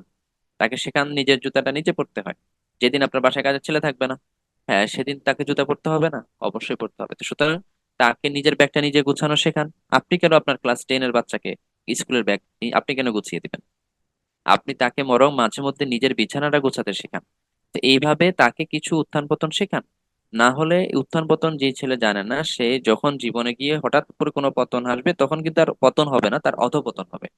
তো এই জিনিসগুলো খেয়াল করি আমরা, সন্তানকে ধৈর্যশীল করার চেষ্টা করবো, এবং সন্তানের মনোযোগ, আজকাল সন্তানদের কনসেন্ট্রেশন রাখা খুব খুব কষ্টকর। মানে একটা বিষয়ে খুব দীর্ঘ সময় কনসেন্ট্রেশন রাখতে পারে না। এটা বিভিন্ন গবেষণায় দেখা গেছে বিভিন্ন পার্সেন্ট। আগের সময় আমরা যখন যতটুকু পেরেছি, বর্তমান সন্তানরা ততটুকু কনসেন্ট্রেশন রাখতে পারে না একটা লং টাইম ধরে একটা বিষয়ে। তো সেক্ষেত্রে কনসেন্ট্রেশন ধরে রাখার অনেক উপায় আছে, অনেক প্র্যাকটিস আছে, অনেক, যেমন বাচ্চাদের জন্য বিজ্ঞান বক্স আছে অনেক সুন্দর সুন্দর, সেগুলো দেওয়ার চেষ্টা করি তাদেরকে একটা কাজে লেগে থাকার জন্য, বা ধৈর্য সহকারে কোনো একটা কাজের জন্য। এইভাবে বিভিন্ন লেসন আপনি দিতে পারেন, আপনি চিন্তা করলে অনেক প্র্যাকটিসে সুযোগ ইনশাল্লাহ পাবেন। তো আমরা যেটা বলতে চাচ্ছি, সন্তানকে অবশ্যই ধৈর্যশীল হওয়ার সবকটা শৈশব থেকে দিবেন, এবং মাঝে মধ্যে তাকে কিছু অবস্টেকেল দিবেন, নিজের কাজ নিজেকে করতে দিবেন, এবং মাঝে মধ্যে কৃত্রিম অভাব দেখাবেন। একদম সে যা যা চাচ্ছে সেটাই করলে আপনার সন্তানের ক্ষতি হবে। এটা আপনি মোটামুটি ধরে রাখতে পারেন, একটা সময় গেলে ইনশাল্লাহ আপনি বুঝতে পারবেন। অনেক সন্তানের বাবা মারাই বুঝতে পেরেছে এবং নিজে আফসোস করছে, কিন্তু আফসোসের কোনো সলিউশন নাই। এই জন্য আমি বলেছি শৈশব থেকেই আপনার সন্তানকে ধৈর্যশীল হওয়ার সবকটা দিবেন। তাহলে 101 নম্বর আয়াতের আমরা যে পয়েন্টটা নিলাম সেটা হচ্ছে, নেক্সট সন্তানকে আল্লাহ কাছে চেয়েছেন ইব্রাহিম, এই ইব্রাহিমকে আল্লাহ রিপ্লাই দিয়েছেন যে ধৈর্যশীল সন্তান হবে তোমার। তার মানে হলো অবশ্যই নেককার সন্তান হতে হলে ধৈর্যশীল সন্তান হতে হবে। এই কারণে আমরা সন্তানদেরকে ধৈর্যশীল হওয়ার সবকটা ইনশাল্লাহ দিব। 102 নম্বর আয়াতে দেখেন, এই আয়াতটা নিয়ে যদি একটু গবেষণা করি, এই আয়াতটা নিয়েই আলোচনা করতে গেলে কয়েক ঘন্টা যাবে। একটা ছোট আয়াত দেখেন, খুব বেশি বড় না কিন্তু, কিন্তু এই আয়াতে এতগুলো এতগুলো পয়েন্ট আছে নোট করার মতো, এতগুলো লেসন আছে নেওয়ার মতো। মানে কি বলবো, এত চমৎকার চমৎকার শব্দ চয়ন আল্লাহ করেছেন, যেখান থেকে আসলে পিতা পুত্রের সম্পর্ক কেমন হবে, সন্তানকে কিভাবে লালন পালন করতে হবে, সন্তানকে কিভাবে আদব শেখাতে হবে, এই বিষয়গুলো, সবগুলো বিষয় এই ছোট্ট একটা আয়াতে কিন্তু চলে এসেছে। তো আমরা চেষ্টা করব, এটা খুব সংক্ষেপে, আমাদের সময় অনেকটাই পেরিয়ে যাচ্ছে, সংক্ষেপে বলার চেষ্টা করি। দেখেন, প্রথমে আল্লাহ যেটা বলেছেন যে ফালাম্মা বালাগা মাআহু সাইয়া, যে যখন সে তার পিতার সঙ্গে চলাফেরার বয়স উপনীত হলো। শব্দচয়নটা খেয়াল করেছেন? আল্লাহ বলতে পারতেন যে যখন সে কৈশোরে উপনীত হলো, যখন সে কিশোর বয়সে উপনীত হলো। এটা বললে তো আরো সহজে বোঝা যেত, কিন্তু আল্লাহ কি বলেছেন, পিতার সঙ্গে চলাফেরার বয়স। এখানে চমৎকার একটা লেসন আছে। সেই লেসনটা হচ্ছে, আপনার সন্তান কার সাথে চলাফেরা করছে, আপনার সন্তান কাদের সাথে বেড়ে উঠছে, আপনার সাথে বেড়ে ওঠার সুযোগ কি আদৌ আপনার সন্তান পাচ্ছে? আদৌ কি আপনার সন্তান আপনার হাত ধরে মসজিদে যাওয়ার অভ্যেসটা, মানে সে পাচ্ছে কিনা, করতে পারছে কিনা? সে আপনার সময় পায় কিনা, সে আপনার সাথে কথা বলার সময় পাচ্ছে কিনা, আপনি কি তাকে সময় দিচ্ছেন কিনা পর্যাপ্ত, আপনি কি খাবার টেবিলে তার সাথে কথা বলছেন কিনা, আপনি কি দিনের একটা নির্দিষ্ট সময়ে তাকে সময় দিচ্ছেন কিনা, তাকে ডাকছেন কিনা, তার সমস্যাগুলো জানছেন কিনা? যখন আমি আপনি আমার সন্তানের সমস্যা জানার চেষ্টা করব না, যখন আমি আপনি সন্তানকে সময় দিব না, তখন তো সন্তান বন্ধুদের আড্ডায় বড় হবে। এবং বন্ধুদের আড্ডায় বড় হওয়া মানেই একটা টিনেজ বয়সী ছেলে, একটা কিশোর। যখন ইসমাইল আলাইহিস সালামকে কুরবানি করতে গিয়েছেন, তখন ইসমাইল আলাইহিস সালামের বয়স ছিল 12-13 বছর। এই সময় অর্থাৎ পিতার সঙ্গে চলাফেরার বয়স, পিতাকে হেল্প করার বয়স, পিতাকে আব্বা ডাকার বয়স, পিতার হাত ধরে বাজারে যাওয়ার বয়স, পিতার সাথে সাথে মসজিদে যাওয়ার বয়স। হ্যাঁ, তো পিতার ভালো কাজের সাক্ষী হওয়ার বয়স। সেই বয়সটা অর্থাৎ সাধারণত কিশোর বয়সে যখন উপনীত হলে, তো আপনার সন্তান যখন কিশোর বয়সে উপনীত হলো, তখন সে কার সাথে বড় হচ্ছে, সে কার সাথে বেড়ে উঠছে, সে কি আপনার সাথে চলাফেরা আর করার আদর্শ সুযোগ পাচ্ছে কিনা? জিনিসগুলো খুবই সূক্ষ্মভাবে আল্লাহ কিন্তু নিয়ে এসেছেন, যে পিতার সঙ্গে চলাফেরার বয়স। চমৎকার শব্দচয়ন, মানে অবাক, আমি নিজে অবাক হয়েছি এই আয়াতটা নিয়ে। আমি যখন একটু একটু মানে গভীরভাবে দেখেছি, আমি অবাক হয়েছি। এতগুলো জিনিস একটা আয়াতে, এবং এত চমৎকার করে। ছোট বয়সে আমরা এই আয়াতগুলো পড়েছি, আপনারাও পড়েছেন সারা জীবন, কিন্তু দেখেন এখানে শব্দচয়নটা খেয়াল করেছেন। আমরা বলেছি এটা কুরবানির ঘটনা, এখানে উঠে এসেছে, কিন্তু কুরবানির ঘটনার বাইরে গিয়ে চিন্তা করেন শব্দচয়ন গুলো, যে পিতার সঙ্গে চলাফেরার বয়স। আল্লাহ কেন এই শব্দটা কেন চয়ন করলেন? মানে পিতার সাথে হাঁটার বয়স, এইটা কেন, এই শব্দটা কেন আসলো? হুম? এই শব্দটা এসছে এই কারণেই। এখান থেকে আমরা বুঝলাম যে আপনার সন্তান কার সংস্পর্শে, কার সাহচর্যে, কার পরিচর্যায় সে বেড়ে উঠছে, এটা আপনাকে অবশ্যই লক্ষ্য রাখতে হবে, অবশ্যই লক্ষ্য রাখতে হবে। তো হযরত ইব্রাহিম আলাইহিসসালাম তো ইসমাইল এবং তার মাকে রেখে চলে গিয়েছিলেন, সেই মক্কায় রেখে চলে গিয়েছিলেন ফিলিস্তিনের দিকে। এরপরে আরো 4 বার এসেছেন তিনি। তো একবারের ঘটনা হচ্ছে এটা কুরবানির ঘটনা। আরেকবারের ঘটনা হচ্ছে কাবা নির্মাণের ঘটনা। এছাড়াও আরো দুইবার তিনি এসেছিলেন আরো পরে। তো যাই হোক, ওই আলোচনায় আমরা যাচ্ছি না। তো দেখেন, এখানে ইব্রাহিম যখন মক্কায় আসলেন তখন ইসমাইল ইব্রাহিমের সাথে চলাফেরা করছে, বাবার হাত ধরে ধরে ছেলে হাঁটছে এই বয়সটা। এবং ইব্রাহিম আলাহ ইসলামের অনুপস্থিতিতে ইসমাইল আলাহ ইসলামের মা যিনি ছিলেন হযরত হাজেরা, তিনি ইব্রাহিম আলাহ ইসলামকে কি লেসন কি টিচিং গুলো দিয়েছেন সেটাও এই আয়াতে চমৎকার ভাবে চলে এসেছে। আমরা একটু পরে সেটাতে যাচ্ছি। তো দেখেন, এখানে আপনার সন্তানকে তাহলে আপনাকে সময় দিতে হবে। আজকাল আমাদের সন্তানকে দেওয়ার সময় আমাদের নাই। এরকম অনেক টিচার আমার দেখা, অনেক শিক্ষক বাবা আছেন, অনেক শিক্ষিকা মা আছেন, যিনি হাজার হাজার সন্তান পৃথিবীতে মানুষ করেছেন কিন্তু নিজের সন্তান মানুষ হয় নাই। নিজের সন্তানকে সময় দেওয়ার মতো সুযোগ তার হয় নাই। অথচ আল্লাহ বলছেন যে পিতার সঙ্গে চলাফেরার বয়স ইসমাইল উপনীত হয়েছে, অর্থাৎ সে তার পিতার সাথে চলাফেরা করছে এই বয়সটা। তার মানে আপনার সন্তান আপনার সাথে চলাফেরা করবে, আপনি তাকে এই শিক্ষাটা অবশ্যই দিবেন, তাকে সময় দিবেন, তার সাথে কথা বলবেন, তার সমস্যাগুলো জানার চেষ্টা করবেন। অবভিয়াসলি যদি এটা না করেন, অবভিয়াসলি আপনার সন্তান বন্ধুদের আড্ডায় বড় হবে, অন্য কারো পরামর্শে বড় হবে, অন্য কারো কাছে সে তার দুঃখের কথাগুলো বলবে, অন্য কারো কাছে সে তার সমস্যাগুলোর কথা বলবে। আর আপনি নিশ্চিত থাকুন, আপনার সন্তান আপনাকে সমস্যার কথা বললে যেই সলিউশনটা পেত, অন্য কারো কাছে সমস্যার কথাটা বললে সেরকম সলিউশন নিঃসন্দেহে সে পাবে না। সুতরাং আমরা অনেকেই আছি, যেমন এই বর্তমান এই যুগে এসে, আমি জানি না এখানে অনেক পেশার মানুষজন আপনারা আছেন। আমি একজন টিচার, আমি নিজেও দেখেছি এরকম সন্তান, স্টুডেন্ট আমাদের দেখেছি যে একা একটা বাসায় থাকে, সে একা ক্লাস দেখেন মাধ্যমিকের ছেলে, একটা বাবা এক জায়গায় মা আরেক জায়গায়। তো আপনার বাবা মানে আপনি যখন একটা জায়গায় থাকছেন আপনার এই নিজের জবের নেচারের কারণে, জব রিকোয়ারমেন্টস ফুলফিল করার জন্য, অথবা আপনি যদি মা হয়ে থাকেন, আপনি দেখা যাচ্ছে হয়তো ডাক্তার, আপনার পোস্টিং এক জায়গায়, আপনার হাজবেন্ড হয়তো ইঞ্জিনিয়ার বা অন্য কোনো জবে আছে, সে তার পোস্টিং অন্য জায়গায়, তাহলে সন্তানকে আপনি যে কারোর সাথে রাখেন, হয় মায়ের সাথে থাকুক না বাবার সাথে থাকুক, সন্তান থাকছে ঢাকায়, বাবা থাকছে বিদেশে, মা থাকছে পঞ্চগড়ে, এরকমও অভিজ্ঞতা আমাদের আছে। তো এই সন্তানটার দুঃখ কে জানবে, এই সন্তানটার কান্না কে শুনবে, এই সন্তানটা কেন পিতৃ স্নেহ থেকে মাতৃ স্নেহ থেকে বঞ্চিত হবে? আপনার কি মনে হয় এই সন্তানটা বড় হয়ে আপনার খুব বাধ্য হবে? আপনার দায়িত্বগুলো সে পালন করবে? আপনি কি তার দায়িত্বগুলো পালন করেছিলেন? তাহলে কিভাবে এক্সপেক্ট করেন সে আপনার দায়িত্বগুলো সঠিকভাবে পালন করবে? তো ভবিষ্যতে হবে এমন, সে থাকবে বিদেশে, আপনি থাকবেন দেশে, হ্যাঁ, একদম শেষ বয়সে এসে সন্তানকে পাবেন না, সন্তানের সংস্পর্শ পাবেন না। এরকম অনেক শিক্ষিত, অনেক উচ্চ শিক্ষিত, উচ্চ বংশীয়, অভিজাত বংশের লোকজনের কান্না আমাদের চোখে আসে, আমরা চোখে দেখি এবং কানে আসে।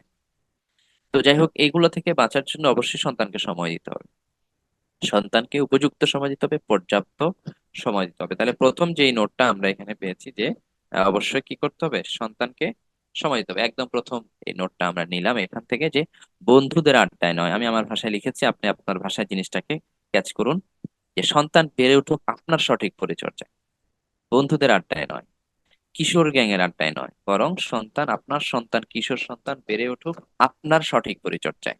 সন্তানকে পর্যাপ্ত সময় দিন, সন্তানের যেটুকু প্রয়োজন অন্য 13টা ব্যস্ততা থেকে কমিয়ে এনে এসে, অন্য 10টা ব্যস্ততা থেকে কমিয়ে নিয়ে এসে আপনার সন্তানকে আপনি সময় দিতে হবে। আপনার সন্তানের দুঃখ আপনি যেভাবে বুঝবেন অন্য কেউ বুঝবে না। অবশ্যই অন্তত দিনে যে কোনো এক বেলার খাবার আপনারা ফ্যামিলি সহ একসাথে খাবেন, তখন কথা বলেন, আজকে কি হয়েছে, স্কুলে কি হয়েছে, কি সমস্যা হয়েছে, কোথায় কি করেছো। একটা বন্ধুত্বপূর্ণ সম্পর্ক আপনি তৈরি করেন। আপনি আপনার ছেলের বন্ধু হতে না পারলে আপনার ছেলের বন্ধু হবে অন্য কেউ। তো সে কারণে আপনাকে এই লেসনটা অবশ্যই এখান থেকে নিতে হবে। দ্বিতীয় দেখেন, তাহলে এখানে আমরা প্রথম যে নোটটা পেয়েছি যে পিতার সঙ্গে চলাফেরার বয়স বলতে আমরা বুঝছি যে অবশ্যই সন্তান পিতার সঙ্গেই চলাফেরা করবে, পিতার সংস্পর্শে, পিতার সাহচর্যে, মায়ের সংস্পর্শে, মায়ের সাহচর্যে সে বড় উঠবে। দেখেন এরপরে শব্দটা দেখেন, যে ইব্রাহিম তখন তাকে কি বলেছে।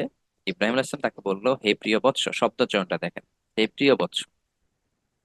আরবি দেখেন, ইয়া বুনাইয়া, ইবনুন মানে সন্তান, আর বুনাইয়া মানে প্রিয় সন্তান, কাছের সন্তান, ছোট সন্তান। হ্যাঁ, হে আমার প্রিয় বৎস।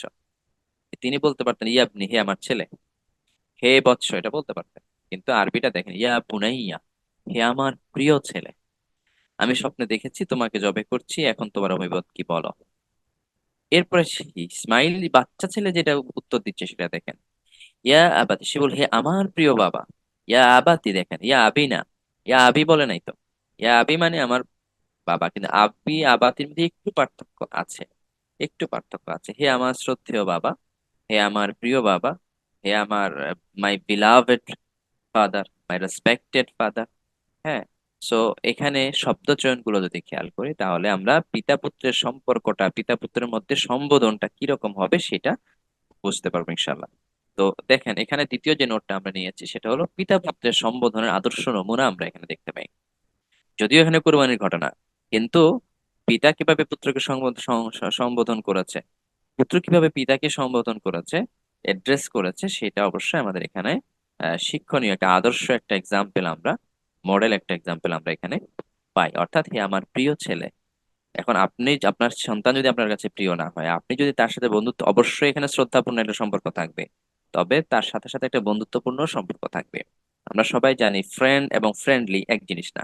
তা আপনি বাচ্চার সাথে অবশ্যই ফ্রেন্ডলি হবেন, আপনি অসমবয়সের বন্ধু হবেন। আচ্ছা, সমবয়সী বন্ধু একরকম, অসমবয়সী বন্ধু আরেক রকম। তো যাই হোক, আপনার ছেলে হবে, আপনার খুব বন্ধুত্বসুলভ সম্পর্ক থাকবে, অবশ্যই এখানে শ্রদ্ধাপূর্ণ সম্পর্কও থাকবে, স্নেহপূর্ণ সম্পর্কও থাকবে, পাশাপাশি বন্ধুত্বপূর্ণ সম্পর্ক থাকবে। সম্বোধন গুলো যেন এরকম হয়। হ্যাঁ, হে আমার বাবা, হ্যাঁ হ্যাঁ, হ্যালো মাই সান, বা আপনি নিজের মতো করে আপনার সন্তানকে নিজের সন্তান, হ্যাঁ, এইভাবে তাকে অনেক বাবা আছেন সন্তানের সাথে কথা বলেন না, সন্তান সন্তানের কত মানুষ হচ্ছে, সন্তানকে শুধু মাসে মাসে টাকা পয়সা দিলেই সন্তানের দায়িত্ব পিতার দায়িত্ব পালন হয় না। সুতরাং সন্তানের সাথে কথা বলার সময়, অ্যাড্রেসিং করতে সময় সন্তান যেন বুঝে যে আপনি আসলে তাকে অনেক ভালোবাসেন, এবং আপনি তার কাছে তার কাছে আপনি যেন আস্থাভাজন হন, এবং সেই জন্য এটা বুঝে যে আমার বাবা আমার জন্য একটা শেল্টার এবং আমার জন্য একটা ছায়া, এবং আমাকে তিনি প্রচন্ড বড্ড ভালোবাসেন তখন, এবং তিনি আমার জন্য কল্যাণকামী। তাহলেই তো আপনার কথা সে শুনবে, না হলে শুনবে কেন? সে যখন শুনবে আমার বাবার সাথে আমার শত্রুতাপূর্ণ সম্পর্ক, আমার বাবা আমাকে পছন্দ করে না, আমার বাবা আমার ভালো চায় না, এটা যদি সে বুঝে ফেলে সামহাউ, তাহলে তো সে আপনার কথা নিবে না, কারণ সে চায় যে আপনি ভালো না, আপনি তার ভালো চান না। সুতরাং সন্তানকে আশ্বস্ত করুন, সন্তানের সাথে সম্বোধনগুলো ঠিকভাবে করুন, সন্তানের সাথে সম্পর্কটা ঠিকভাবে সেইভাবে করে তুলুন। দেখেন এখানে এরপরে যেটা বলছে যে আমি স্বপ্নে দেখি, ইব্রাহিম বলেছেন ইসমাইলকে, তোমাকে জবে করছি, জবে করছি স্বপ্নে দেখতে। দেখেন এখানে জবে শব্দটা এসেছে। তাহলে এখান থেকে আহ, কয়েকটা বিষয় আছে, কয়েকটা বিষয় আছে। ফার্স্টে যে যে বিষয়টা আসবে সেটা হলো, দেখেন জবে মানে কিন্তু হত্যা করছি, তাই না? মানে হচ্ছে মেরে ফেলছি। তো এখন এখানে প্রথম কথা হলো স্বপ্ন ছিল, ইব্রাহিম আলাইহিস সালাম চাইলেই একটু পাশ কাটতে পারে, স্বপ্ন তো অনেক কিছুই দেখে মানুষ, কিন্তু সেটা না করে তিনি পুরো স্বপ্নটা বাচ্চার কাছে বর্ণনা করলেন। এখান থেকে আরেকটা বড় লেসন আছে যে দীর্ঘ সময় ইব্রাহিম আলাইহিস সালামের সন্তান ছিল না, দীর্ঘ সময় পরে তিনি সন্তান পেয়েছেন। সন্তান লাভ করার পর পরে যদি আল্লাহ বলতো যে না এখনই কোরবানি করে ফেলো, তাও অতটা কষ্ট লাগতো না। কিন্তু সন্তান বড় হয়েছে, সন্তান বাবাকে বাবা বলে ডাকছে, পিতার সঙ্গে চলাফেরার বয়সে উপনীত হয়েছে, পিতার কাজে হেল্প করে, পিতার সাথে যায় এখানে সেখানে। এই বয়সে উপনীত হওয়ার পরে, অর্থাৎ পিতার প্রতি সন্তানের মায়া জন্মেছে, মা এবং সন্তানের প্রতি পিতার মায়া জন্মেছে, এমন একটা সময় এসে আল্লাহ বলছেন সন্তানকে জবাই করতে, আল্লাহর জন্য উৎসর্গ করতে। তাহলে এখানে এই ইব্রাহিম আল্লাহর কাছে তো অন্য দোয়া করতে পারতেন না, আল্লাহ আপনি অন্য কিছু চান, আমি অন্য কিছু দিচ্ছি, আপনার জন্য অন্য কিছু স্যাক্রিফাইস করব, না, কোনো বাক্য বিনিময় না, বরং আল্লাহ যেটা বলেছেন তিনি সেটা মেনে নিয়েছেন। এখান থেকে সলিউশন হচ্ছে বা নোট হচ্ছে, আপনি, এমনও হতে পারে আপনার দীর্ঘ সময় পর সন্তান হয়েছে, এমনও হতে পারে আপনার একমাত্র সন্তান পৃথিবীতে আপনার জীবদ্দশায় মারা গেছে। জবে করলে তো অবশ্যই ইসমাইল পৃথিবী থেকে হারিয়ে যেত। তো এটাকে আমরা অন্যভাবে যদি নেই, তাহলে আপনার জীবদ্দশায় আপনার সন্তান মারা যেতে পারে, আপনার একমাত্র সন্তানকে আপনি হারাতে পারেন। সেক্ষেত্রে আপনাকে অবশ্যই ইব্রাহিম আলাইহিস সালামের এই জায়গাটা থেকে লিসন নিতে হবে যে আমাকে যিনি সন্তান দিয়েছেন, আল্লাহ দিয়েছেন, তিনি সন্তান আমার থেকে নিয়েছেন, তিনি আমার সাথে সন্তান চাচ্ছেন, তাহলে আমার তো এখানে দ্বিমত করা বা বাক্য বিনিময় করা, দুবাক্য বলার, দুটি কথা বলার সুযোগ নেই।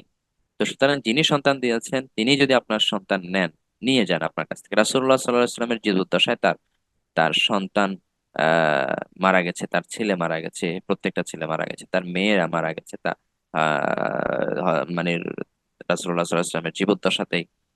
তো ফাতেমা রাসূলুল্লাহ সাল্লাল্লাহু আলাইহি ওয়াসাল্লামের ইন্তেকালের পরে মারা গেছে, কিন্তু রাসূলুল্লাহ সাল্লাল্লাহু আলাইহি ওয়াসাল্লামের জীবদ্দশাতেই তার ম্যাক্সিমাম সন্তান তার সামনে মৃত্যুবরণ করেছে।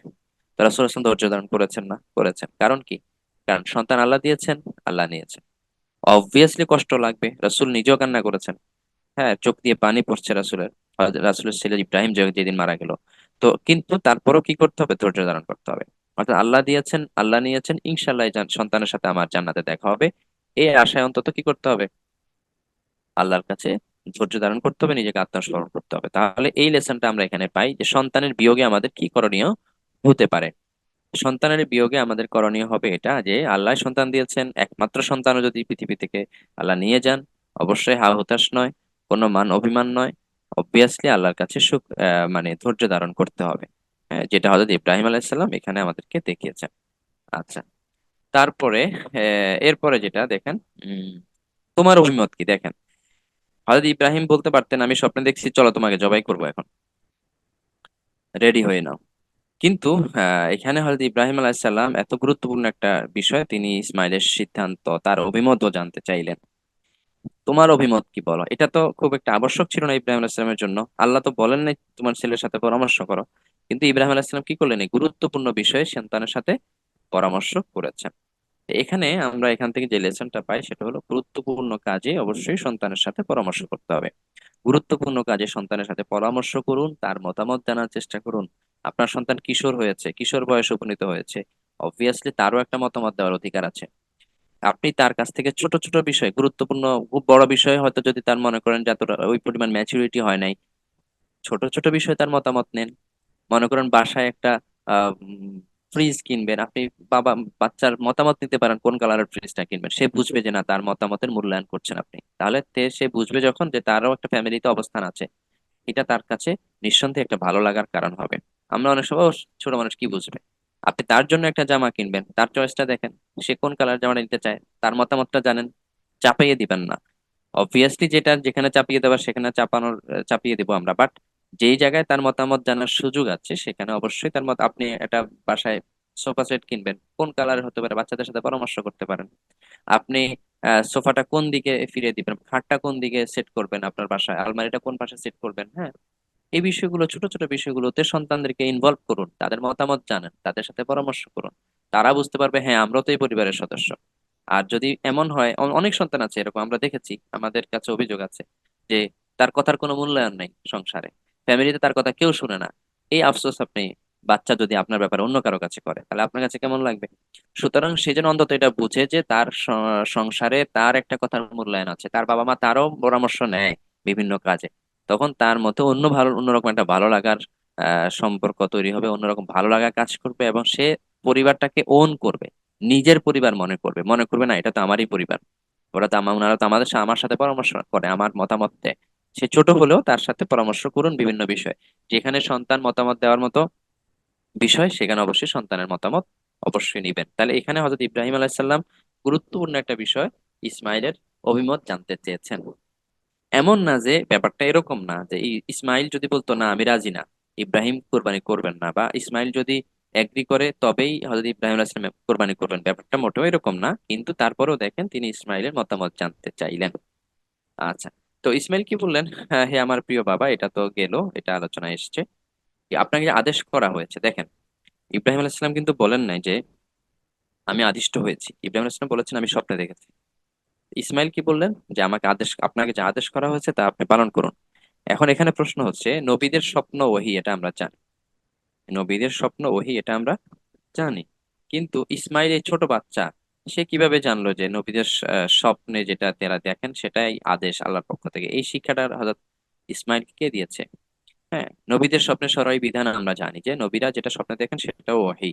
রাসূলুল্লাহ সাল্লাল্লাহু আলাইহি ওয়াসাল্লাম প্রথম প্রথম স্বপ্ন দিয়ে ওহী শুরু হয়েছে। সহিহ বুখারীতে হযরত আয়েশা রাদিয়াল্লাহু তাআলা আনহা থেকে হাদিস এসেছে, আউয়ালু মা বুদিয়া বিহি রাসূলুল্লাহ সাল্লাল্লাহু আলাইহি ওয়াসাল্লাম মিনাল ওয়াহী আর রুইয়া সালিহা। অন্য রাওয়ায়াতে আছে আর রুইয়া সাদিকা। তো রাসূলুল্লাহ সাল্লাল্লাহু আলাইহি ওয়াসাল্লামের ওহী শুরু হয়েছে সত্য স্বপ্ন দিয়ে। তো দেখেন এখন এখানেও পুরো কুরবানির বিধানটা কিন্তু স্বপ্ন। তো নবীদের স্বপ্নের সরাই বিধান হচ্ছে তাদের স্বপ্নটাও ওহী। তো স্বপ্ন যদি ওহী হয় তাহলে হাদিস অবশ্যই ওহী। এটি আলোচনায় আমরা ভাবছিলাম যেতে পারবো, কিন্তু আজকে যাওয়ার সুযোগ নেই, আমাদের সময় কভার করছে না। একটুকু যদি জানি যে হাদিসও কিন্তু ওহী।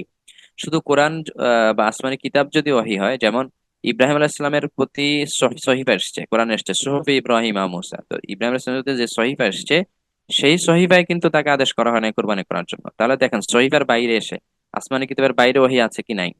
যদি না থাকে তাহলে ইব্রাহিম আলাইহিস সালামকে আল্লাহ যে স্বপ্ন দেখিয়েছেন সেটা কি ওহী না হলে ইব্রাহিম কেন কোরবানি করতে গিয়েছেন? ইসমাইল কেন বলেছেন আপনাকে যে আদেশ করা হয়েছে তা আপনি করুন? এটা কিন্তু ইব্রাহিমের সহিফায় ছিল না, এটা ইব্রাহিমের স্বপ্ন ছিল। তার মানে সহিফার বাইরেও ওহী আছে, কোরআনের বাইরেও ওহী আছে, আসমানি কিতাবের বাইরেও ওহী আছে। যেমন আমরা একটা উদাহরণ দিতে পারি, এই আলোচনাটা আনছি এই কারণে বাংলাদেশে বর্তমানে মুনকিরিনে হাদিসের সংখ্যা বাড়ছে, পড়াশোনা নাই, আহ, মানে ধর্মীয় বিষয়ের গভীর পড়াশোনা নাই, ভাষা ভাষা কিছু পড়াশোনার কারণে এই সমস্যাগুলো তৈরি হয়। তো যাই হোক, যেমন ওহী অবতরণের একটা পদ্ধতি হচ্ছে জিব্রাইলের আগমন। দেখেন এখন জিব্রাইল এর আগমন করেই যে সবসময় কোরআন নিয়ে আসে তা না।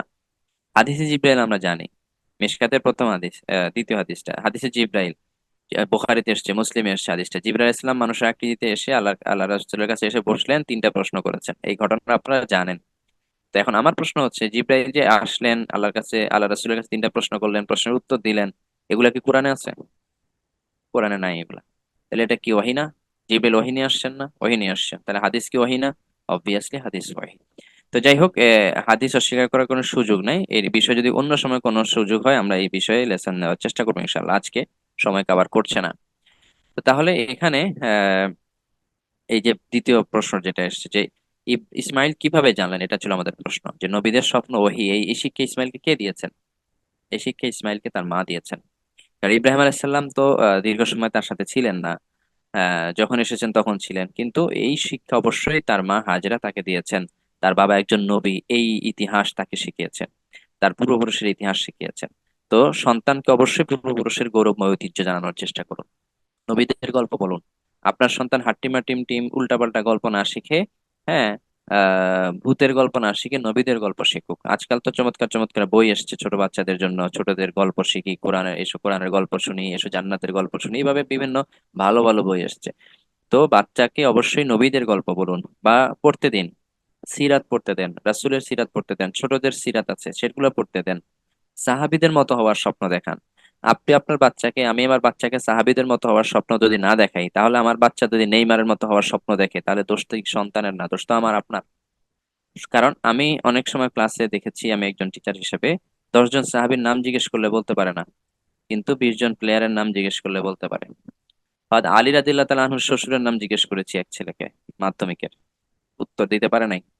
জিজ্ঞেস করেছি মেসি কোন ক্লাবে খেলে, সুন্দর উত্তর দিতে পেরেছে। তো তাহলে তাদের আইডল হচ্ছে তারা। কারণ কি? কারণ হচ্ছে নিঃসন্দেহে ওই ছেলের বাবা মা তাকে সাহাবীদের মতো হওয়ার স্বপ্ন দেখায় নাই, তাকে সাহাবীদের গল্প শোনায় নাই, তাকে নবীদের গল্প শোনায় নাই। সে গল্প শুনেছে যাদের, ওই যে সে তো বন্ধুদের আড্ডায় বড় হয়েছে। বন্ধুদের আড্ডায় বড় হলে বন্ধুদের আড্ডায় যে বিষয়ে আলোচনা হবে, যেই স্বপ্ন বন্ধুরা দেখে, সে তো সেই স্বপ্নই দেখবে। এই কারণে খুব সংক্ষেপে বলছি, সময় নেই, সন্তানকে পূর্বপুরুষের ইতিহাস জানান, সাহাবীদের গল্প জানানোর চেষ্টা করুন, যেটা হযরত হাজেরা করেছে। আর হাজেরা ইসমাইল, ছোট ইসমাইল, শিশু ইসমাইলের মধ্যে সেটা ইনফিউজ করে দিয়েছে, তোমার বাবা একজন নবী, তোমার বাবার ব্যক্তিত্ব, তার মহান ব্যক্তিত্ব, তার অনুপস্থিতিতে হযরত হাজেরা ইসমাইলের মধ্যে দিয়েছেন। ওই ইসমাইল সেটা বুঝতে পেরেছেন, এই কারণে বলেছেন যে আপনি যা আদিষ্ট হয়েছেন তা করুন। এত ছোট বাচ্চা, একটা 12 13 14 বছরের বাচ্চা, এটা বলাটা এতটা সহজ না।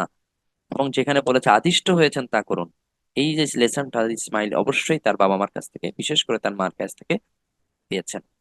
এবং তিনি যেটা বলেছেন যে আপনি কোরবানি করুন, আপনি আমাদেরকে ধৈর্যশীলদের অন্তর্ভুক্ত পাবেন। এই কথা বলার সাহসটা, এই কথা, এই লেসনটা একটা 12 বছর 13 বছরের বাচ্চা কোথায় পেয়েছে? ফ্যামিলি থেকে পেয়েছে।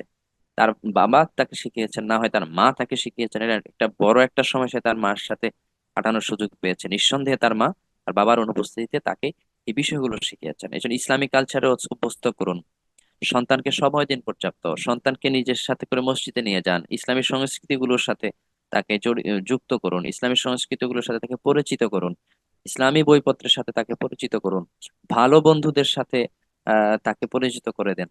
সুতরাং তাহলে দেখবেন আপনার সন্তান সাহাবীদের মতো হওয়ার স্বপ্ন দেখবে। না হলে আপনার সন্তান মেসি, নেইমার, রোনালদোর মতো হওয়ার স্বপ্ন দেখবে। এটা অস্বাভাবিক কিছু নয় এবং এটাই বাস্তবতা। সুতরাং আহ সাহাবীদের গল্প আছে, সাহাবী চরিত আছে, হায়াতুস সাহাবা আছে, আসহাবে রাসূলের জীবন কথা, অনেক বইপত্র আছে। আপনার বাসায় যেন, আপনার পারিবারিক লাইব্রেরিটা যেন সাহাবীদের জীবনী এবং নতুন করে সেদিন দেখেছি উম্মাহাতুল মুমিনিন সিরিজ একটা আসছে। হ্যাঁ, অবভিয়াসলি এই যে জিনিসগুলো অবশ্যই আপনাদের ছেলে সন্তান মেয়ে সন্তানকে এই সাহাবীদের গল্প, উম্মাহাতুল মুমিনিনের গল্প, নবীদের গল্প, কাসাসুন নাবিয়িন এসছে। ভালো ভালো কাসাসুন নাবিয়িনের বই আছে। তো সেগুলো আপনার সন্তান যেন জানে। যেটা হাজেরা করেছেন তার সন্তানকে, আপনি যেন আপনার সন্তান, আপনি যদি মা হয়ে থাকেন, আপনার এখানে গুরুত্বপূর্ণ একটা ভূমিকা আছে। আপনি দেখেন ইসমাইল আলাইসাল্লামকে কোরবানি করার বিষয়ে হাজেরার সাপোর্ট কি কম ছিল? হাজার আলাহিসাল্লাম যদি সাপোর্ট না দিতেন, হ্যাঁ, তাহলে কি ইসমাইল কোরবানির জন্য প্রস্তুত হতে পারতো? কিংবা ইব্রাহিম কি কোরবানির জন্য হয়তো ইসমাইলকে নিয়ে যেতে পারতেন? পারতেন না। সুতরাং মাদের অনেক বড় একটা ভূমিকা রয়েছে ফ্যামিলিতে। বিশেষ করে সন্তানকে তার ইতিহাস ঐতিহ্য জানানোর চেষ্টা করুন। বাবা যদি ব্যস্ত থাকে মা করুন, মা ব্যস্ত থাকলে বাবা করুন, কাউকে না কাউকে অথবা দুইজনই ব্যস্ত থাকলে টাইম ভাগ করে হলেও সন্তানকে এই বিষয়গুলোতে সময় দিন। ইসলামী সংস্কৃতির সাথে, ইসলামী তাহদিবের সাথে, ইসলামী বিধিবিধানের সাথে তাকে অবশ্যই অবশ্যই পরিচিত করার সুযোগ দিন। এখানে একটা হাদিস বলি। আনাস ইবনে মালিক রাদিয়াল্লাহু তাআলা আনহু রাসূলের খিদমত করেছিলেন প্রায় 10 বছর। তো তিনি বলেছেন, রাসূল আমাকে এই 10 বছরের মধ্যে আমি এটা করেছি, ওটা করে ফেলেছি, এটা আনতে বলেছি, ওটা করে ফেলেছি, অনেক ভুলভাল করেছি। তো রাসূল আমাকে একবারের জন্য ধমক দেন নাই, কখনো বলেন না এটা কেন করছো, ওইটা কেন কারণ করো নাই। আর এই ছিল ছোট বাচ্চাদের প্রতি রাসূলের স্নেহ, ভালোবাসা। কিন্তু সেই রাসূলটাই দেখেন, সেই রাসূলই কিন্তু আবার বলেছেন বাচ্চা যখন 7 বছর হবে সালাতের আদেশ দিবে, যখন 10 বছর হবে সালাত না পড়লে তাকে প্রহার করবে। কোন রাসূল বলছে এটা? যে রাসূল হযরত আনাসকে 10 বছরে একবারের জন্য পার্থিব বিষয়ে রাগ করেননি, একবারের জন্য পার্থিব বিষয়ে কি করেন নাই, ধমক দেন নাই। সেই রাসূলই বলছে সন্তান নামাজ না পড়লে তাকে প্রহার করতে হবে, 10 বছর বয়স হয়ে গেলে মৃদু প্রহার করতে হবে। তো দেখেন এখানে যে বড় শিক্ষাটা সেটা হলো, আমরা কিন্তু উল্টো করি। আমরা সন্তানের সাথে রাগ করি পার্থিব বিষয়ের কারণে, আর নামাজ না পড়ার কারণে সন্তানের সাথে রাগ করি না। সন্তানের সাথে রাগারাগি কটু বাক্য বিনিময় হয় সবকিছু পার্থিব বিষয় নিয়ে। গ্লাস ভেঙে ফেলছে, ওইটা করে ফেলেছে, ওইটা করে নাই, হ্যাঁ, এইগুলো নিয়ে তাদের সাথে আমাদের যত রাগারাগি, যত মন কালাকালে। কিন্তু নামাজ পড়ে নাই এটা নিয়ে কয়জন রাগারাগি করেছি বাবা মা? যদি করে থাকি আলহামদুলিল্লাহ, ক্যারি অন করি, এটা আমরা অন্যদেরকেও আমরা এটা শেখাই। তো সুতরাং সন্তানকে অবশ্যই পূর্বপুরুষের সন্তান, আপনার সন্তান কি আকসার ইতিহাস জানে? যদি না জেনে থাকে তাকে জানান। আপনার সন্তানকে ইব্রাহিমের ইতিহাস জানান, আকসার ইতিহাস জানান, মসজিদুল আকসার ইতিহাস জানান। অবশ্যই আপনার সন্তান যেন ইসলামের ইতিহাসগুলো জানে, সেটা অবশ্যই এনশিওর করবেন। আমাদের বাচ্চারা আকসার ইতিহাস জানে না, আকসার প্রতি তাদের যে ফিলিংসটা নাই। সেদিন শুনেছি একটা ছেলে বলতেছে, মোটামুটি ম্যাচিউর ছেলে, সে বলতেছে এটা নাকি আমাদের প্রথম কেবলা ছিল। দেখেন, তার কাছে তার মানে তথ্যটা নতুন, সে বলছে এটা নাকি আমাদের প্রথম কেবলা ছিল। তাহলে শুনেন, মানে মানে আপনার সন্তান যদি নাই জানে আপনার প্রথম কেবলা কি, হুম, সেগুলো অত্যন্ত আমাদের জন্য দুঃখের কারণ হবে, এবং এই সন্তান কোনোদিনও নেক সন্তান হবে না। এবং এই সন্তানের কাছ থেকে আপনি ফিডব্যাকটা সেরকমই আশা করতে পারেন যেরকম আপনার ট্রিটমেন্ট তার প্রতি। যাই হোক, এরপরে দেখেন এখানে কথা বলার যে শিষ্টাচার, এটা আমরা দেখিয়েছি। সেটা হলো এই হযরত ইসমাইল যেটা বলেছেন। আচ্ছা, ইসমাইল যেটা বলেছেন যে এখানে যদি দেখি যে যে আমাকে ধৈর্যশীলদের অন্তর্ভুক্ত পাবেন, এখানেও চমৎকার কিন্তু একটা চমৎকার নির্দেশনা আছে যে আদব শিষ্টাচার, কথা বলার শিষ্টাচার। যেমন বলছে ইনশাআল্লাহ, ইনশাআল্লাহ আপনি আমাকে ধৈর্যশীলদের অন্তর্ভুক্ত পাবেন। এখানে বলতে পারতেন আমি ধৈর্য ধরবো, কিন্তু বলছে ধৈর্যশীলদের অন্তর্ভুক্ত। এই যে মিনাস সাবিরিন, হযরত ইব্রাহিম যেটা বলেছিলেন যে রব্বি হাবলি মিনাস সলিহিন, সৎকর্মশীলদের মধ্য থেকে একটা সন্তান দেন, ইসমাইলও কিন্তু সেই কথাই বলেছে। দেখেন, আমাকে ধৈর্যশীলদের অন্তর্ভুক্ত, কত শিষ্টাচার চমৎকার। বলেন না আমাকে ধৈর্যশীল পাবেন, আমাকে ধৈর্যশীলদের অন্তর্ভুক্ত পাবেন, অর্থাৎ পৃথিবীতে আমি একাই ধৈর্যশীল না, আমার আগে অনেক ধৈর্যশীল বান্দা ছিল। আর তার বাবা ইব্রাহিমও নিজে অনেক বড় ধৈর্যশীল। তাহলে ধৈর্যশীল পৃথিবীতে অনেক মানুষ ছিলেন এবং আসবেন, আমাকে আপনি তাদের অন্তর্ভুক্ত পাবেন। এটা হচ্ছে কথা বলার স্টাইল। সন্তান কিভাবে কথা বলার আদব শেখান, নিজেই একটা কিছু কথার মধ্যে যেন অহংকার ফুটে না ওঠে, সেই বিষয়গুলো এনশিওর করুন। সুতরাং আমরা এখান থেকে যেটা পেয়েছি যে কথা বলার শিষ্টাচারটা আমরা নিতে পারি, এবং পরিবারে ইনশাআল্লাহ বলার অভ্যাস আমরা গড়ে তুলতে পারি। ইসমাইল বলেছে ইনশাআল্লাহ আপনি আমাকে ধৈর্যশীলদের অন্তর্ভুক্ত পাবেন। তো মোটামুটি এই আয়াত থেকে ছোট্ট একটা আয়াত দেখেন এখানে, ছোট একটা আয়াত যেখান থেকে আমরা এতগুলো লেসন বের করেছি, আরো হয়তো বের হবে সুযোগ থাকলে, বা আপনি চেষ্টা করলে দেখবেন। পরবর্তী আয়াতে চলে যায়, আমরা আলোচনা শেষ করে ফেলবো ইনশাআল্লাহ এই আয়াত দিয়েই। এগুলো আমরা দেখিয়েছি। আচ্ছা, এরপরেরটাতে যেমন এখানে 103, 4, 5 নম্বর আয়াতে হচ্ছে যে ফালাম্মা আসলামা ওয়াতাল্লাহু লিল জাবিন, অর্থাৎ তাদের উভয়ে যখন আত্মসমর্পণ করছে, এটা হলো বিষয়। উভয়ে আত্মসমর্পণ করছে এবং ইসমাইল কি ইব্রাহিম কাত করে শুয়ে দিয়েছে। তখন আল্লাহ বলেছেন, হে ইব্রাহিম, তুমি স্বপ্নকে বাস্তবে পরিণত করেছো, এবং আমি এইভাবে তোমার সৎকর্ম পরায়ণদেরকে প্রতিদান দিয়ে থাকি, তোমাকেও প্রতিদান দিব, এবং যত মহসিন বান্দা আছে সবাইকে আমি এই ধরনের প্রতিদান দিব। অর্থাৎ পরীক্ষায় পাশ করলে তাকে অন্য কিছু দিয়ে বিনিময় দিব। দেখেন এখানে, এই হে ইব্রাহিম স্বপ্নকে বাস্তবে পরিণত করেছো, এটা আল্লাহ কখন বলেছেন? যখন উভয়ে আত্মসমর্পণ করছে। পয়েন্ট হচ্ছে এটা, পয়েন্ট টু বি নোটেড, উভয়ে কিন্তু আত্মসমর্পণ করছে। ইসমাইল আত্মসমর্পণ না করলে কিন্তু এটা আল্লাহ তাআলা এই ডাকটা দিতে পারতেন না ইসমাইল আলাইহিস সালাম, ইব্রাহিম আলাইহিস সালাম এই সুযোগটা পেতেন না। তাহলে অবশ্যই এখান থেকে একটা সহজ, প্লিজ সবাই মিউট করি, এখান থেকে একটা চমৎকার নোট আমরা বের করতে পারি। সেটা হচ্ছে, দেখেন আমি যেটা দেওয়ার চেষ্টা করেছি এখানে, যে নোটটা হচ্ছে, সন্তান হোক আপনার দুনিয়া ও আখিরাতে স্বপ্ন পূরণের সহযোগী। দেখেন, ইব্রাহিম আলাইহিস সালাম যে স্বপ্ন আল্লাহ আল্লাহ তাআলা তাকে দেখিয়েছেন, যে সন্তান কোরবানি করবে, আল্লাহর জন্য উৎসর্গ করবে, সেটাতে যদি ইসমাইল বাদ সাধতো, মানে ফালাম্মা আসলামা যদি না হতো, দুজনে যদি আত্মসমর্পণ না করতো, তাহলে কি ইব্রাহিম আলাইহিস সালামকে আল্লাহ বলতে পারতেন স্বপ্নকে বাস্তব পরিণত করে দেখাচ্ছে? স্বপ্নকে বাস্তব পরিণত করে দেখিয়েছো, এটা কখন বলেছেন? যখন পিতা পুত্র উভয়ে আত্মসমর্পণ করেছেন। সুতরাং আপনার দুনিয়াতে যে আপনার স্বপ্ন আছে, আপনার আখিরাতের নিয়ে আপনার যে স্বপ্ন আছে, বুঝি না। সেই স্বপ্ন পূরণে যেন আপনার সন্তান আপনার সহযোগী হয়। সন্তান বামে যাচ্ছে, পিতা ডানে যাচ্ছে, এমন যেন না হয়। আচ্ছা, এখানে লিখেছেন বাচ্চাদের জন্য কিছু বাংলা ও ইংরেজি মাধ্যম ইসলামিক বইয়ের নাম বলবেন প্লিজ। জি, আমি বলতে পারি, আপনি নোট করতে পারেন বা রেকর্ডিং শুনে নেবেন। এসো জান্নাতের গল্প শুনি একটা বই আছে। তারপরে গল্পে গল্পে কোরআন, এরকম আছে। তারপরে গল্পে গল্পে হাদিস এর বই আছে। এই টাইপের তানবীর হাসান বিন আব্দুর রফিক একজন লেখক আছেন, যিনি নিয়ে লেখালেখি করেন। এছাড়াও আরো আছে, এই মুহূর্তে আমার এগুলো মনে পড়েছে। ওনার লেখনীগুলো দেখতে পারেন। ঠিক আছে, বাচ্চাদের জন্য অনেক সুন্দর সুন্দর গল্পের আকারে, অথবা ছোটদের মোহাম্মদ সাল্লাহ ইসলাম, ছোটদের নবীজি আছে। তারপরে ছোটদের সিরিজ আছে, বিভিন্ন আখলাক সিরিজ আছে, আখলাক সিরিজ, সেটা দিতে পারেন। তারপরে এছাড়াও ছোটদের জন্য এই সিরাত আছে, ছোটদের সিরাত, সেটা দিতে পারেন। এভাবে আর কি, ছোটদের জন্য 40 হাদিসের বই আছে, সেটা দিতে পারেন। মানে ছোটদের জন্য হাদিসের নবী 40টা হাদিসের বই আছে, এগুলো দিতে পারেন। এভাবে ইসলামিক বইয়ের জন্য বাচ্চাদের জন্য আপনারা বাচ্চাদেরকে সাজেস্ট করতে পারেন, এবং বাচ্চাদের জন্য এগুলা সংগ্রহে রাখতে পারেন। আচ্ছা, যাই হোক, তাহলে এখানে আমরা যেটা নোট লিখেছি, যে সন্তান হোক আপনার দুনিয়া ও আখিরাতে স্বপ্ন পূরণের সহযোগী, এই পয়েন্টটা নিয়েছি হচ্ছে, উভয়ে যখন আত্মসমর্পণ করেছে তখনই কিন্তু আল্লাহ তাআলা এই হযরত ইব্রাহিমকে ডাক দিয়ে ঘোষণাটা দিয়েছেন। না হলে কিন্তু সম্ভব ছিল না। সুতরাং আপনি জান্নাতে যেতে চান ফ্যামিলি নিয়ে, অবশ্যই আপনার সন্তান আপনাকে সাপোর্ট করতে হবে। সুতরাং সন্তান যেন আপনার পথের পথিক হয়, সেই জন্য চেষ্টা করতে হবে, এবং সেজন্য তার উপযুক্ত শিক্ষাটা তাকে শৈশবেই দিতে হবে। এই জন্য অবশ্যই আমি আবারও বলি, সন্তান হোক আপনার দুনিয়া আখিরাতের স্বপ্ন পূরণের সহযোগী, যেন বিরোধী না হয়। আচ্ছা, এরপরে পরের আয়াতগুলোতে কোরবানির ঘটনাগুলো এসেছে, আমরা আর ডিটেলসে যাচ্ছি না। এখানে বলছে নিশ্চয়ই এটা একটা সুস্পষ্ট পরীক্ষা।